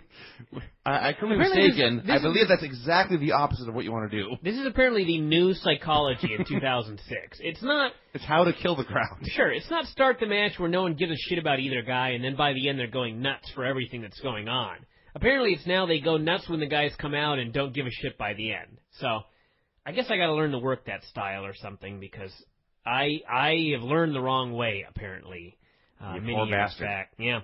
It was, it ended up with the dark-haired Natural hitting his partner, and then the Dudleys hit the 3D for the pin. The AMW just vanished with the James Gang. Just sort of disappeared. And that was that. And then Douglas yelled at the men again, and then they cut to the back. This was pointless. Yeah. Utterly pointless. As the last I checked, AMW will be feuding with LAX, so I don't know why they didn't win. Well, I didn't expect them to win because they're still heels. They have to do a babyface turn. So they're going to be doing a bunch of jobs as heels before doing the turn. I see. I predicted this I predicted they would do the job, actually. I was wrong about that, but I knew they weren't winning this match. Okay. Actually, I shouldn't have said that because with Russo booking, that would have made sense for them to win the match. But They cut backstage, and Borash was standing in front of a door that had Samoa Joe written on it. Unfortunately, it didn't have a star, because I was thinking of a number of jokes involving Raven having a 6-sided star on his door. I was thinking about this during Observer Live because nothing else was going on during that show. Jake the Snake came up from behind and made penis jokes. He, I believe, threatened to rape Jeremy Borash. Or something. Or just that's what I got at. Show him his dong or something involving a snake. I'm not sure if he was raping him or trying to seduce him. He may have just been offering. Yeah, but it didn't work. It was wacky. I actually give this whole thing a thumbs up just because of the pure wackiness of the whole segment. All right. Then we had Joe, Abyss, Spike Dudley, and Raven in a Monsters Ball match with Jake Roberts as the referee. He lurched down to the ring with his snake. Raven, I could go on and on about Raven today. Raven was on Observer Live, and what a show that was. He alerted us that, I believe what he was basically saying was, everyone in the wrestling world sucks except him. All hardcore matches suck except his. He even had the story about how Gwyneth Paltrow, he ran into her and Sheryl Crow at the airport, and she was totally into him and gave him her number. Wow. But, of course, the story ends with him calling, and she never called him back. But somehow this was still a victory. It was a hell of a little program, and I am sorry that a lot of people didn't get to hear it, but such is life. But anyway, Raven came out wearing what appeared to be a bird cage on his head. It was made of cast iron, a cast iron bird cage. That's just some bizarre, I don't know if it was an S&M helmet or what, but he came out with this thing, and he began to pose. And I'm not sure what the pose was supposed to indicate, but he held his hands at his side and kind of stuck out his chest and held his head aloft. And then he turned. He didn't turn his head. He turned his entire body and just turned to the audience on either side. And I don't know if we were supposed to be scared or impressed, but I laughed. It looked like he was backstage, and he found a bird cage on the ground on the way to the ring and just put it on his head. Which like not... This had to have been played for comedy. He could not possibly have been serious. This has been cool. You know what this reminded me of? You remember in The Return of the King when they're going to Mount Doom and they have to dress up as orcs or whatever the things are, and they put on the helmets that have like a beak? Yes. They're just absurd. Yeah. Like, that's what this looked like, because it had like a beak on it. That's why I thought a bird cage. I see. It was some sort of metal mask with a beak. I will not even get into dissect your logic there, but I don't know what it was either, so I have no better answer. He looked 150 years old. Spike Dudley looked 100 years old. Jake Roberts looked 300 years old. Thousands of years old. That left just Joe and Abyss as people less than 100 years old. They had this match. There were dives and such and assorted wackiness. This was the first match to get a "This is awesome" chant, which by the end of the show it was a parody of it. Was, yes. It was. There was a time when something would be awesome and people would chant "This is awesome," and it was, and you're like, Jesus Christ, this is awesome. Now what happened was Spike Dudley and Abyss were brawling outside the ring, and there was a lighting stand, and they were forced to climb it. There wasn't. Yeah, they weren't dragging one another up there. No. They just decided to both climb the stand. There wasn't cheese on the top or anything. There was no prize. No. There was no treats up there. No Rice Krispie treats or anything. No, they just decided to climb the lighting stand. They saw it and decided, we're just going to climb this. And they climbed it, and Spike got thrown off, supposedly through a table, but the table didn't break, so he just landed on it. And then Abyss dropped an elbow. So Abyss goes through Spike and the table in this absurd little thingamajigger. And they're both selling it like they're hurt. And then Jim Mitchell's out there cackling and rubbing his hands together. And I thought, what's so funny? Your guy's dead. Or what's so awesome? Yeah, that's when the fans started chanting, "This is awesome." Yeah. And I was like, name one thing awesome about this. Well, I have a suggestion then. First of all, the directing on the show was horrible. Oh, God. A lot of stuff was missed, including the elbow smash. Sure. While Abyss was falling off the lighting stand, dropping an elbow through young brother Runt, the camera was showing a close-up of Jake Roberts, who had moseyed up to the ramp. And he's just standing there. And reacting to it. Sure. Which brings me to I was going to say young Jake, which is not true, to Mr. Roberts. He was either the best or worst young ref. for a planet. He's younger than most trees, yes.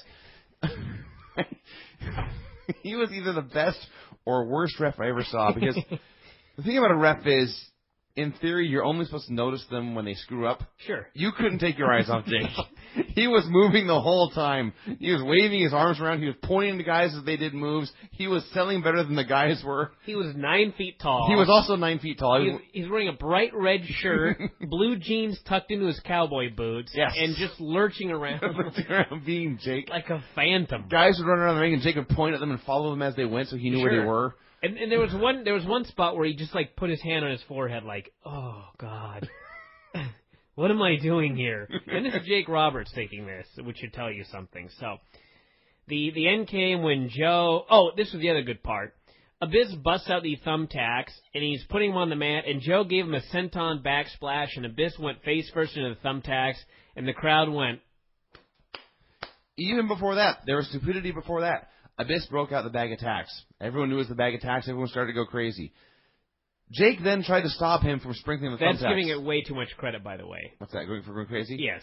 The crowd was excited to see the tacks. I know this because when Jake stopped him from sprinkling the tacks, they booed. Yes. They booed the heel being stopped from using his evil tactics. Thwarted, yeah. So anyway, almost no response whatsoever when he actually went face first into the tacks, since we've seen it on every fucking show now, and the tacks are no longer special. Yep. In fact, the exact reaction when he went face first into the thumbtacks was the crowd went, oh, about that loudly, in fact, and that was that. Raven got a chair, Jake gave him the DDT, and then Joe gave Raven the muscle buster for the pin, and I cannot wait for Raven versus Jake the Snake Roberts. That's a feud that 10 years ago would have been fantastic. Oh, my God. Today it will be even more fantastic. Entirely different manner. Completely different way. I don't want them to feud. I just wanted to talk. Just get together and hang out. Yeah, it would be better if they just went to the bar together or something. That ain't going to happen. They're going to have a match. Shit.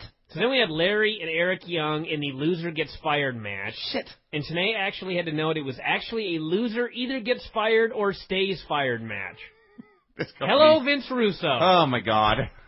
They went about a minute of stalling by Larry. Which even Tenay noted. Yeah. Expect stalling, folks. Larry Zbysko's involved. It was a minute of stalling by Larry, and then within 1 minute, the referee had taken a bump.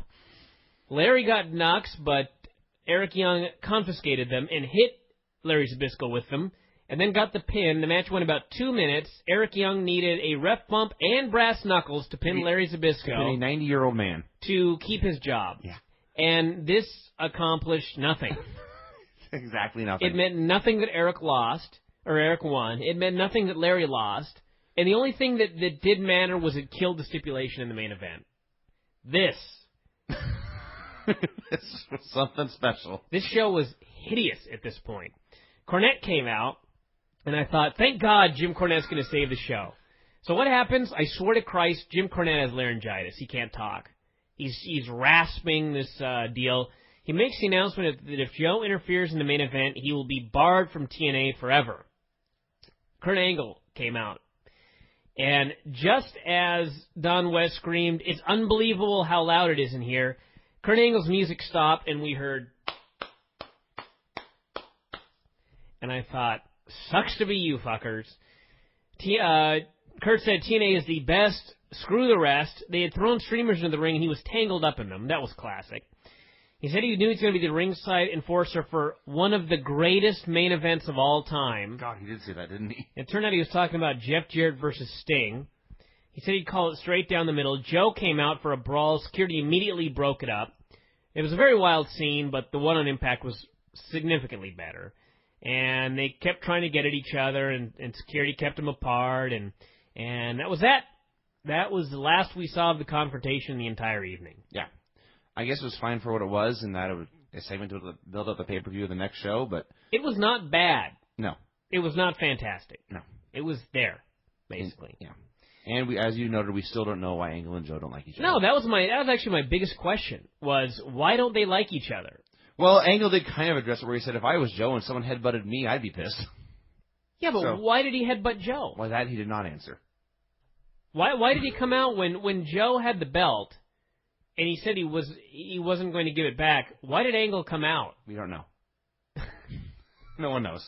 There's random occurrences happening in TNA. Since she faced Chris Sabin for the X title, by far the highlight of the show. They just had a great match, and there was no blow-up doll. No, there was no blow-up doll, no bald wig, no video games. Just it was really they had a "This is awesome" chant, and it came at the wrong time. It did. You're right. It came before it was awesome, and it was made even worse by the fact that they chanted it in the second match on the show, which was decidedly not awesome. By the end of this match, it was truly awesome. And all sorts of near falls and that sort of thing. Then she hit the drop kick of death into the corner, double foot stomp off the top. Sabin got his foot on the ropes. Then she put him in the Koji clutch, and then Sabin reversed it in a small package for the pin, and it was thumbs way up. This was, in fact, a thumbs up. The best part about the foot on the ropes, the best part it was a foot on the ropes and not a kick out. Sure. Because in TNA they always do the dramatic kick outs when it gets overdone, but the foot on the ropes is this guy was fucked, but he got lucky and was near the ropes, and I mean that in a good way. Sounds like I'm kind of burying it, but and then he hit the flash roll up and got the pin. So yeah, this was good. And the other good thing about it was Sanjay and Jay Lethal and Jerry Lynn came out and celebrated with him afterwards, and it appears they have ended the jackass shit, which that gives us a whole pay-per-view a thumbs up, basically. It does. Although even that was, they came out and they showed up and then they went backstage before Lynn and Sabin even made eye contact. Yeah. He was just in the ring. Christian was reaching up for the handshake, and right before they touched, they cut backstage. Yeah. Another great job by the director. Christian faced Rhino in an 8-mile street fight. Never mind the fact that we had outside of the ring brawling in the second match, the third match. Well, 2 matches, okay. So of the 5 matches, 2 of them had been basically street fights, and then we had another street fight. They brawled to the back onto a Zamboni, which was driven, I guess, just out into the ramp, and then they just kept fighting. They brawled into the ring to do spots, one of my favorite spots in a street fight. There's a ring there, so they decided they're going to do pro wrestling maneuvers. Then they brawled out of the ring again. Then they brawled back into the ring again. There were chairs, there was this, that, and the other thing. Keep in mind that Rhino's from Detroit. Yeah. Christian's the big heel. And the way this match was designed, by the time Christian actually covered him in plunder, pretty much all the plunder that was in the ring, he put on his head and then started beating it repeatedly with a chair. The fans were jumping up and down and clapping and cheering Christian. That's bad. I just watched this and I was like, this is fascinating, really. It's just amazing to me. So Tenay was screaming about concussions. Nobody gave a shit about concussions. And Christian got him, pinned him, and got a big ovation for the pin as well. Yep. So Christian's well on his way to being the top heel here in this promotion, as he's working apparently like a babyface. The highlight of this match by far. Actually, no, I got to cut you off. There was one other highlight. Here, if everybody wants to know why was Christian cheered when he destroyed the Detroit hometown wrestler in this match, let me tell you why. Because near the finish, Rhino took him out onto the apron. Yep. He pile drove him through a chair to the concrete floor, and within 30 seconds, Christian was back on his feet in the ring doing spots. He was Superman. He was invulnerable. Yeah. Yeah. He could not be killed. He was a Terminator. Sure. Yeah. And I was going to get to that. That was going to be the second part of my point. The first part was the way they set this up was they were brawling, and they brawled out to the apron and kept brawling, and then suddenly they realized they were in the wrong position. Sure. So they just stopped. Yeah. And I mean stopped for a long time. These guys, these are not first day of wrestling school kids. They've been doing this for a long time. They should have known better. But no, they just stopped for a while. They brawled back into the ring, danced around so they were switched positions, and then brawled back to the apron. Yeah. Oh, God. Classic. And then they did the pile drive to the table, which meant nothing. Especially when Christian hopped back up like Superman and was suddenly the biggest babyface in the building. Most snapmares have a more residual effect than this pile driver to the table. Oh, yeah. So then we had LAX versus AJ and Daniels, which I was going nuts during this match. You were, in fact. The first problem was, after all the bitching about the 40-minute intermission on Pride last night, these guys are going to have a cage match, and they had to build the cage. It wasn't a cage that lowered from the ceiling. It wasn't a show where the cage match went on first and they just had to tear it apart. They called out a crew who spent a good 10 minutes building a cage. Yes. So then they put these guys in the cage, and I thought, wait a second, why is this a cage match? Last month they had an Ultimate X match, which is a no disqualification match, so if somebody ran in, who fucking cares? It's no DQ. What necessitated this cage match? And Mike Rowe was like, well, I think Jim Cornette explained that it was a cage match because LAX had attacked AJ and Daniels in Mexico. Apparently, there was fear that a number of Mexicans would cross the border, journey to Detroit, Yes. enter the building, and perhaps run in during this match. So they put it in a cage. Right. Okay, so let's just forget all that. Can I give you the real answer? It was in the cage. No, I want to know, for real. They had run out of other stipulations to use. Okay, well, duh. Okay. So anyway, let's just forget all that. They're in the cage, okay? So you've got a match with LAX, AJ, and Daniels. They're all in a cage. They all hate each other. They've been feuding forever. So what do? They have a tag team match. Right. Not a match with two tag teams. A tag team match. That happens to have a cage wrapped around it. You had... They are making tags. They have 5 counts to change switch places. You had one man in the corner, Yes. and you had one man in the ring on each team. And they would make tags. And the referee was enforcing the rules. Yes. No, you've got to make a tag, dude. And I was sitting there thinking, what the fuck happens if you just get in the ring? Are they going to DQ you in this cage match? So they're having this traditional tag team match, and eventually Homicide gets a fork. Somebody slipped him a fork. Right. So they got to do the distraction. We got to distract the ref. Yes. Because we're using a gimmick in this cage match. Don't want to get DQ'd here. So they're distracting the ref and everything like that. And I finally get to the point where I'm like, okay, I'm just going to accept that they're going to have a tag team match in a steel cage. Right. As absurd as this whole thing is, I'm just going to go with it, okay? So I finally accept it, and what happens? It breaks down into a 4-way, and the referee doesn't do a goddamn thing. And so, instantly, and this is not in the last 1 minute of the match, there's a good 8 minutes left, maybe 5 minutes left, the rules changed. Suddenly, it became all 4 men in the ring at the same time. And then guess what came into play? The fork. The fork was back. Right in front of the referee. Yeah. So then Mike Tenay is like, Homicide explained that they used the fork, Daniels explained that Homicide used the fork on him, so now he gets to use it. Apparently there had been a negotiation. So now they've got this... So now this cage match is all of a sudden a cage match where gimmicks and everything like that is legal. And this was yet another match where the longer it went, the less people cared. And how did they bring the people back? AJ did a huge dive off the cage. Then Hernandez went up top and jumped off the cage and missed by a mile. And they did a whole bunch of spots. And then finally Homicide ended the life of AJ Styles with the scariest cop killer you ever seen in your whole life. He killed him. Yeah, AJ Styles will be retired by 35, I assure you. How old is he now? Younger than we are, I think. He's not making it 5 more years.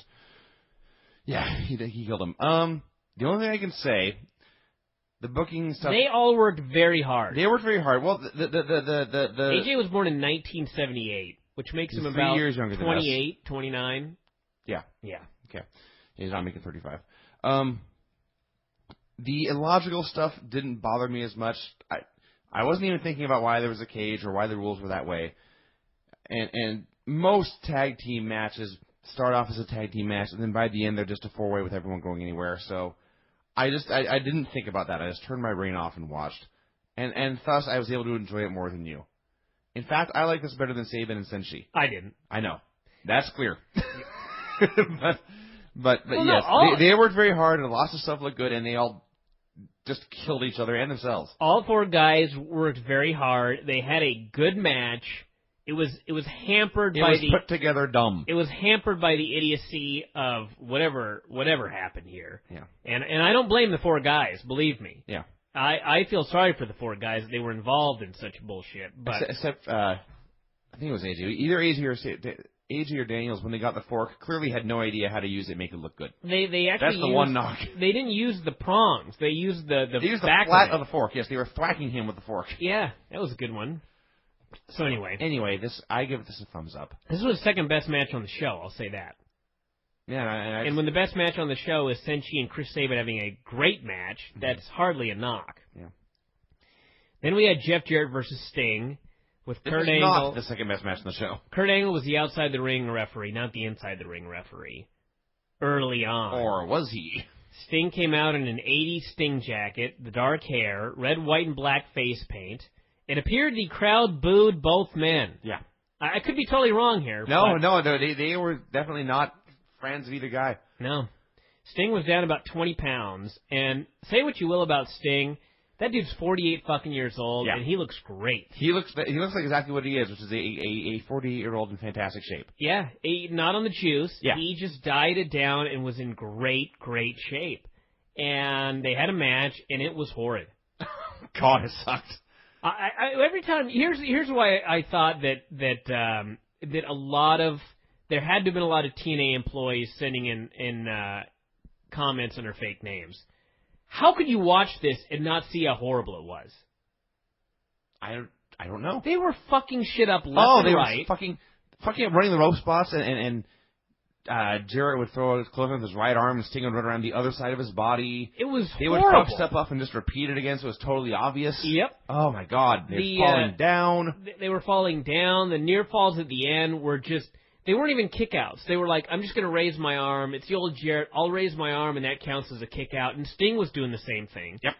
No heat at all from the near falls. They try to do this. I mean, what can you say? They tried to do an 80s world title match on a show where you had street fights, thumbtacks, midgets, Cages. snakes, plunder, a cage, forks, the whole 9 yards. They tried to go a Zamboni. They decided to go out and try and have Ric Flair and Sting in 1988. We shall exchange hip tosses and arm drags in this main event. And people will be enthralled. They were not enthralled. No. So finally, both guys went for a cross body here in 2006 in the main event of this TNA show. This took them about 3 tries, by the way. Yeah, they bonked into each other and both fell down, and the ref starts giving them a standing 10 count. These men are so tough. Now, granted, Spike went off a lighting stand onto a table that didn't break and then had a giant man do an elbow drop through him. Now, keep in mind that Christian took a pile driver off the apron, threw a table onto the cement, and was on his feet 30 seconds later. Hernandez fell off the top of the cage. And was on his feet and was 30. just fine. Sure. Keep in mind all of this stuff here that we were talking about. They bonked into each other on a crossbody and were knocked out for more than 10 seconds. Neither man could get to his feet. No, they were done. And the ref's giving him a standing 10 count, and he gets to 9, and they're clearly not getting up. So Kurt Angle gives the ref the Olympic slam and tears off his shirt, and he screams, "Let's get it on," thereby ensuring that Dixie Carter will be getting a legal letter in about 8 hours from now. Assuming John McCarthy watches TNA. I assure you they're getting a legal letter. Okay. I assure you. So they did this whole dealia bob here, and the last minute of the match was great. I will say that. It was.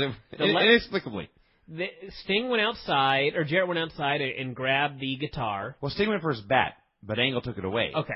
So Jarrett got the guitar. Using that as a distraction. And he smashed Sting over the head with it, as has been done in a million Jarrett matches.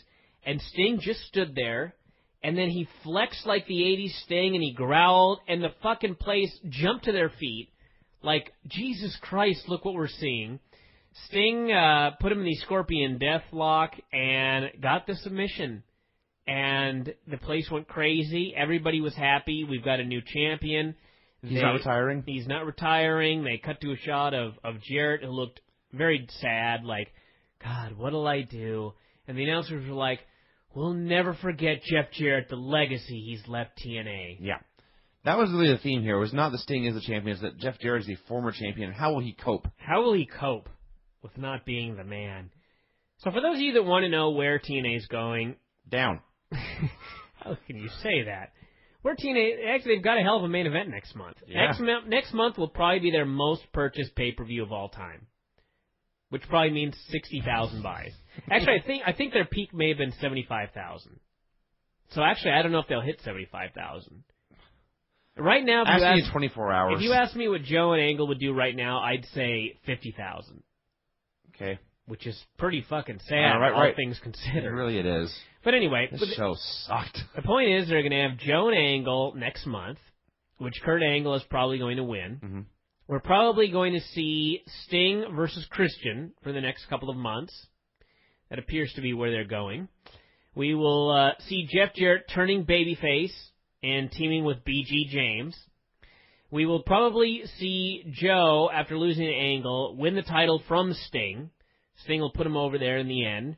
And then we'll have the Joe versus Angle program for the world title. And everything else on the undercard, we'll see Senchi and Chris Sabin do 8 million matches. Mm-hmm. The X Division will be filled with more midgets, girls, and jobbers. Kevin Nash will still be around. Kevin Nash will still be making us laugh. And in 6 months, Impact will be doing a 1.0. And they will be doing 35,000 buys. You realize that indicates growth? No, that indicates stagnancy. Slight growth in the 1.0. Slight growth in the ratings. Yeah. But otherwise, largely stagnant. Stagnation. Sure. And, don't yell at me. No, don't yell at me.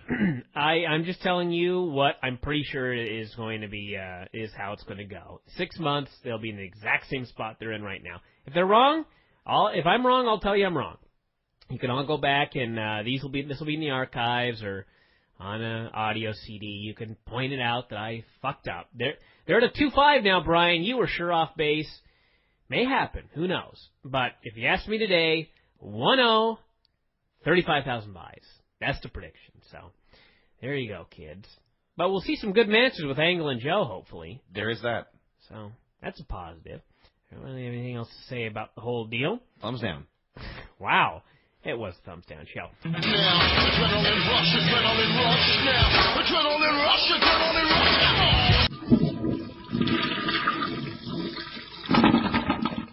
So then we watched as I said, the TNA show.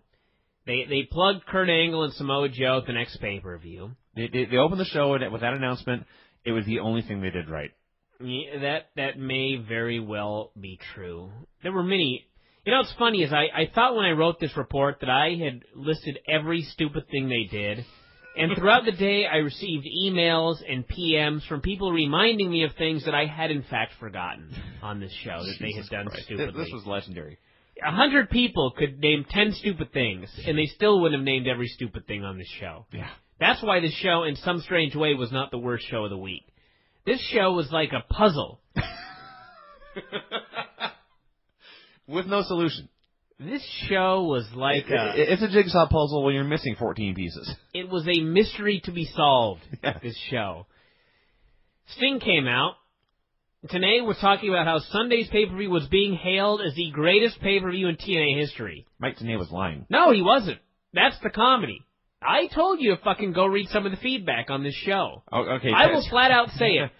Folks from TNA were sending in fake feedback, and certain websites published it. I suppose that counts as being hailed. God.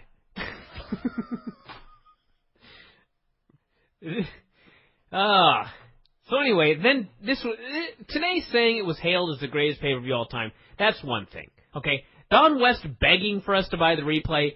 That's bullshit. What an asshole. I need to mention, I never asked why, but Brian Knight is wearing a bathrobe. He's wearing a T-shirt and hopefully some sort of undergarment and a bathrobe. No, I'm nude under this. And he's ranting and screaming and pointing at me to punctuate the word bullshit. I don't know why, but it's pretty fucking funny.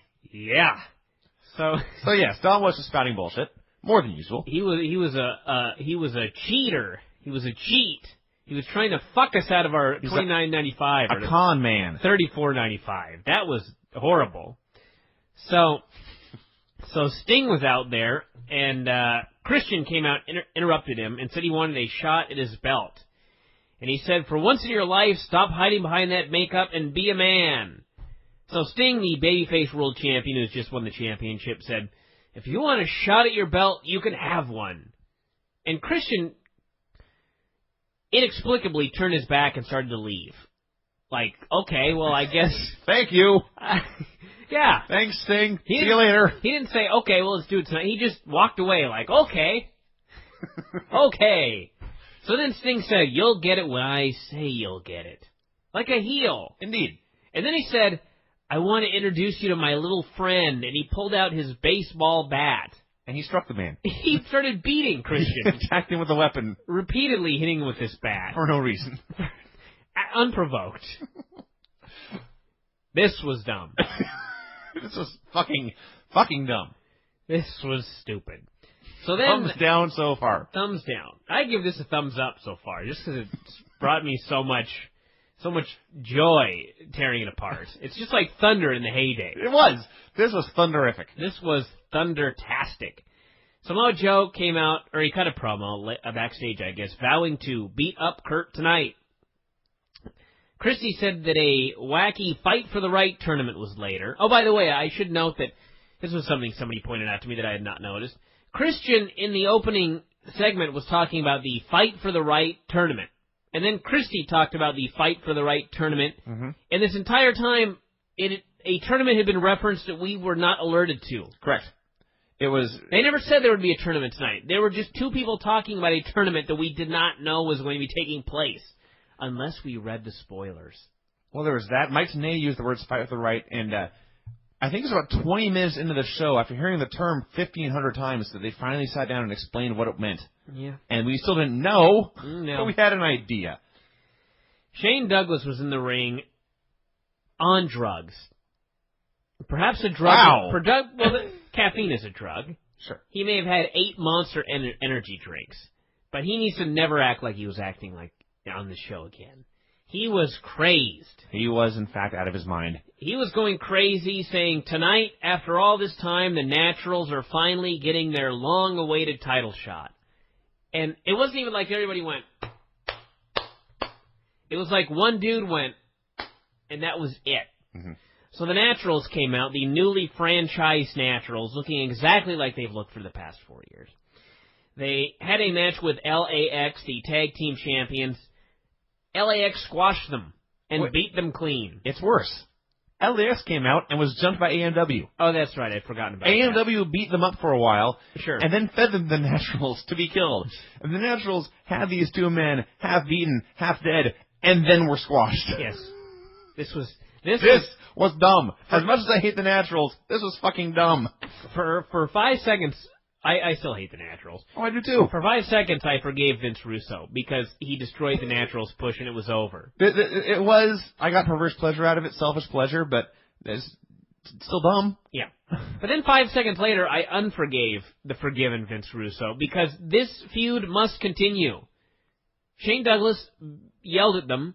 They turned on him. They punched him. He was bleeding from the mouth, and then he noticed he was bleeding. I guess saw the fire in their eyes and smiled. This angle must continue. Boo! Fuck Russo. This sucks. This made me mad.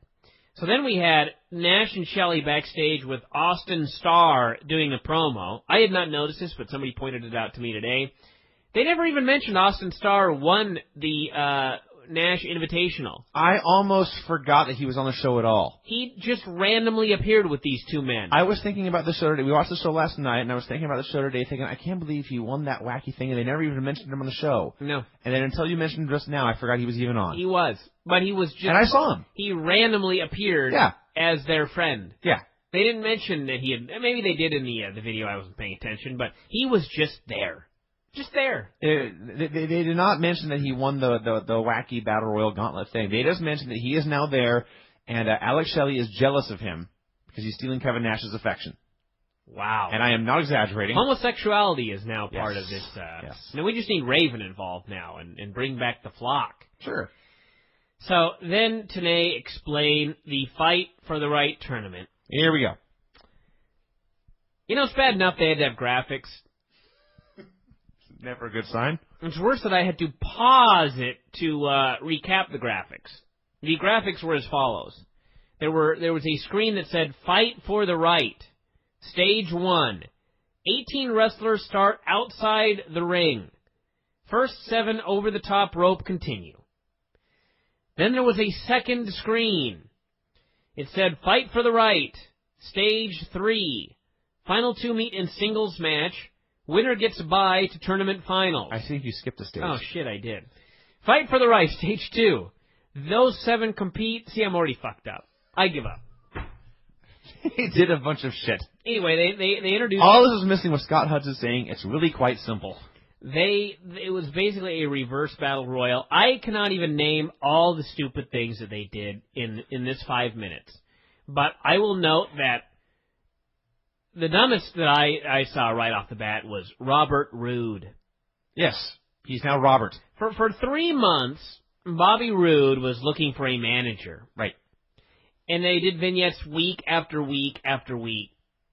And then finally he said, next week on television, I will introduce my manager. I remember that. So then on television the next week, he said, I will introduce my manager at the pay-per-view. Yes. So then at the pay-per-view, he wasn't on the show. That's right. He did a dark match, which I'd like to... I don't know if Vince Russo knows this, so I'm just going to fill him in here as a friend. The dark match doesn't air. You're right. The dark match is the non-televised match. Yeah. So, it was a dark match. Bobby Roode with his new valet against Lance Hoyt. And so we never learned who he never revealed the manager on the pay-per-view as promised. No, he did not. So then, all of a sudden, he didn't even reveal the manager on TV. He was just in this match, and she was at ringside, unintroduced. Yes. And randomly in the middle of the match, Mike Tenay goes, Mr. Wall Street, Robert Roode. Okay. There was so much going on, I didn't even catch that part. That's his nickname now? Mr. Wall Street, Robert Roode. Yeah. Huh. Yes. Chris Sabin, who won the X title, the pay-per-view, that was not mentioned. No. He was just a random man in this match. I forgot he won. You fought. Listen, you fought for the right to get into the ring, to fight for the right to get thrown out of the ring, to not get thrown out of the ring. And the best part was when there was nobody around to stop you. You had to somehow pretend like you could not get in the ring. This happened several times. Guys would be on the apron fighting, and the opponent would be pulled down, and they had to stand on the apron and sell. Yeah. Oh, I can't get in this fucking ring. Oh, I'm blown up. Oh, climbing over these ropes. Oh, well, which for me actually would be reasonable, but yes, the whole concept of the reverse battle royal is fucking retarded for the simple reason that you look at the camera, and the camera, 2/3 of the camera shot is taken up by the wrestling ring, in which nothing is happening. There's 3 referees standing around. On the perimeter of the screen, you can make out action. There's violence, there's conflict, but you don't have any idea what's going on or who's involved. It would be like turning into a basketball game, and you're watching the basketball court, and there's no people on it, and there's a lot of stuff going on in the stands. They're playing basketball in the stands. Yeah. You watch a tennis match. Hold on a second, you're talking too much. It would be like, I'm finishing up your deal. It would be like if you had a basketball game, and there was nothing going on the basketball court, and all the players were in the stands, and you had to try and throw it from the stands through the hoop. Yes. We're trying to make this game more challenging. We're trying to make it different. And you can do this with any sport: hockey, football, soccer. There was the field's in the middle for a reason. It's so it can all be seen. It's the stage. It is the stage. It's what everyone wants to watch. So yes, this is stupid from moment one.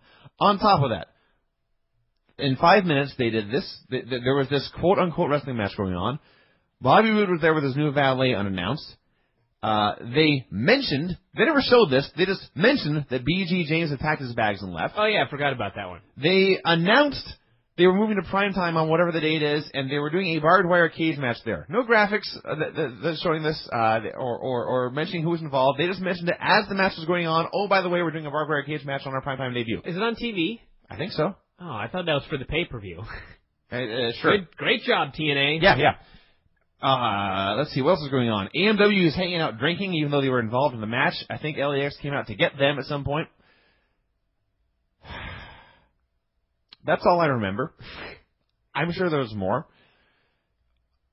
I can't say this was the worst thing I ever saw. We're not done. Oh, okay. They just got in the ring.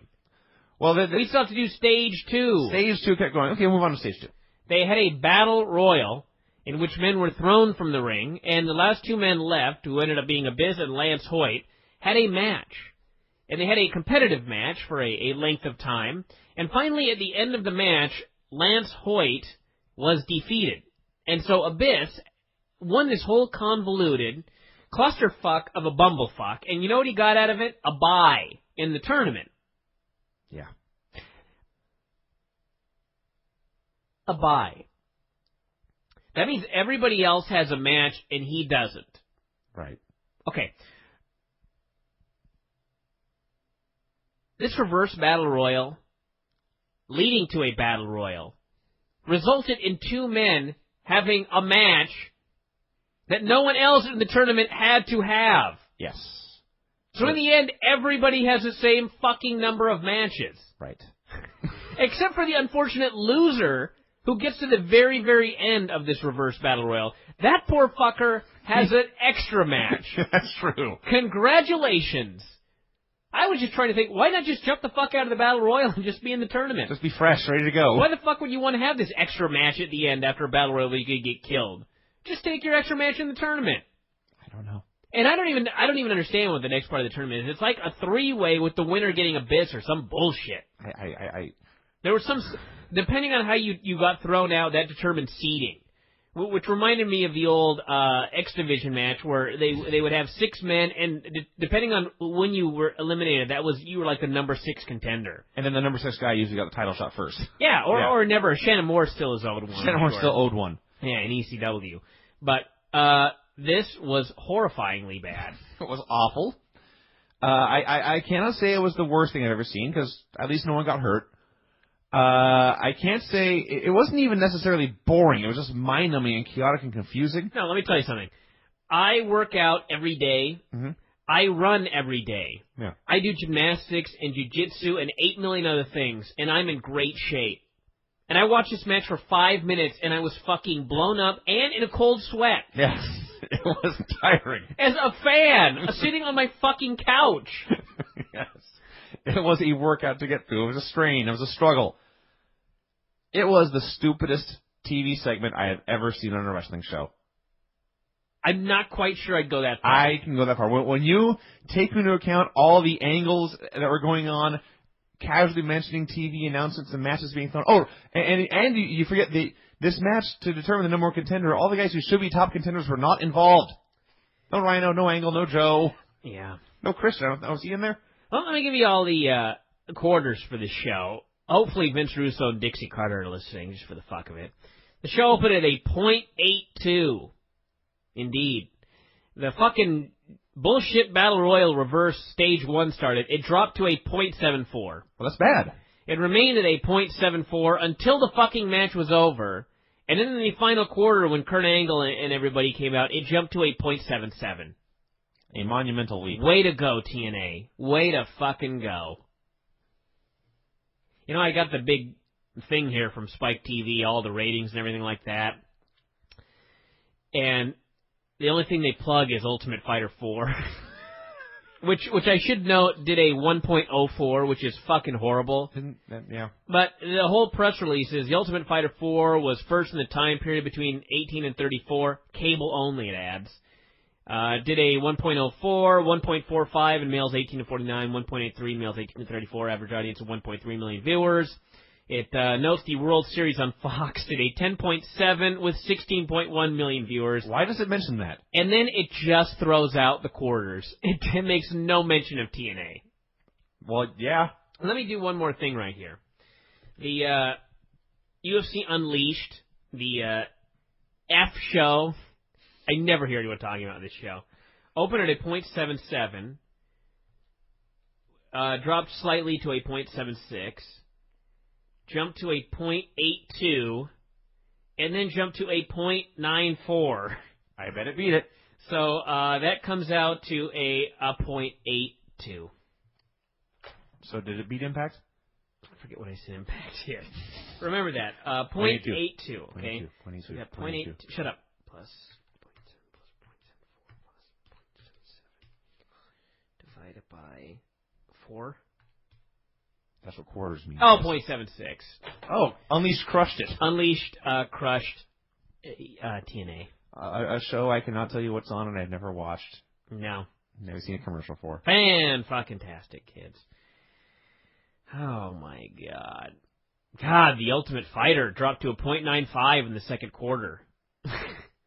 Jesus Christ. Too much TV, kids, and it all sucks. We're not even done with TNA. No, I'm not done with TNA. No. So, Borash interviewed Jarrett, the highlight of which was the sad music playing in the background. This is supposed to be the kickoff to Jarrett's babyface turn. We're supposed to feel compassionate for him now. And he talked about being exhausted. He sniffed a lot. He said he was going home. He sniffed a lot. He was sad about losing his belt, and he was sad about not being on top anymore. But he said it was hard being champion. And they were playing this song. And I don't know what the song was or where they found it, but it was impossible to take any of this even remotely seriously. Oh, yeah. Just this sad, sappy, melodramatic music. In a children's movie, when the horse dies, it would have been this song. No, I don't even think it would be that. It would have to be like a Bambi level movie, like a what's the word? A cartoon? Oh, I hate you. I'll turn you down here for a second. Your talking is going to interrupt me. Like an archetypal. Archetypical, whatever. An archetype. It'd have to be on like a film archetype. That's the kind of music, not just a random children's movie with horses. This is like Bambi. It's like Gone with the Wind. It's like yeah. So anyway, here's what I got to say about it. They didn't mention the wife having cancer. And boy, if they'd mentioned that with this music, Jesus. No one would have believed it. If they would have mentioned the wife having cancer with no music, that there would have been some effectiveness in it. Now, granted, it would have been up there with Eddie Guerrero and exploiting his death. His wife's not dead, but she does have cancer, and she has been battling it for years. So they didn't do that, and that's fine. But what they did was horrible, because we were supposed to feel sorry for Jeff Jarrett. Now, we would have legitimately felt sorry for the guy if he'd brought up his wife's legit battle with cancer, or probably a number of other things not having to do with death or dying. Instead, Jeff was trying to get sympathy by saying, I built this company from scratch. I carried this company on my shoulders for 4 years. Now I'm tired. It's time for you to love me. That's what he said, basically. Almost word for word. There was a time when you would turn me down and I would know why. Now you just keep rattling on and on. Yeah. You're down for a reason. Just shut up for a while and I'll turn you back up. Anyway, the point was, that was his whole deal. And when they came back, Don West, I mean, he all but said, Jeff Jarrett's a babyface now, let's all cheer for him. Mike Tenay was trying to get across the same message, but he had that look in his face like he smelled something really bad. Just thumbs down. Thumbs down. Oh, Show God. over yet? No, there is more. Angle came out. The place was going nuts like Christ had entered the building. He said he quit WWE. He was going to tell everybody why. He did it. Basically, he said he quit WWE because he wanted to wrestle in the Impact Zone. Yeah. What a liar. He is, in fact, lying to them. He led a TNA chant. He said there was no other company with the talent, the wrestlers, that sort of deal, as TNA. The people clapped like they appreciated what he was saying, but didn't believe it. That's usually a bad thing. So he finally explained why he hates Samoa Joe, at least, and that was that Joe's undefeated and he wanted the toughest guy, which is fine. But could you mention? Why did it take him 3 appearances to mention this? Yeah, it would have been better if we learned the first week. But Joe came out for a big brawl. 18 million men broke it up. Entire locker room came out, and that was that. That was the end. And it was fine, I guess. The big argument, Dave and I, 60,000 or 38,000. To me, it's looking more and more like 38. He may be right. He is often right, being Dave Meltzer and all, but I think I'll have the last laugh on this one. Wouldn't it be funny if Dave Meltzer was always wrong, but he was still Dave? Well, he'd always be Dave. Yeah. I don't know. That was an intriguing statement there. I'm just thinking about this show. If he started being wrong, he'd suddenly be Bob Meltzer. Well, it might still be Dave Meltzer, but you would, you know. It's hard to have credibility when you're always wrong. You do. Trust me on this. I'm trying to think if I'm interested at all in Kurt Angle versus Samoa Joe. I don't think I am. I am, sort of. It's Angle and Joe, but that's about it. So that's TNA, kids. Thumbs down. Thumbs fucking down.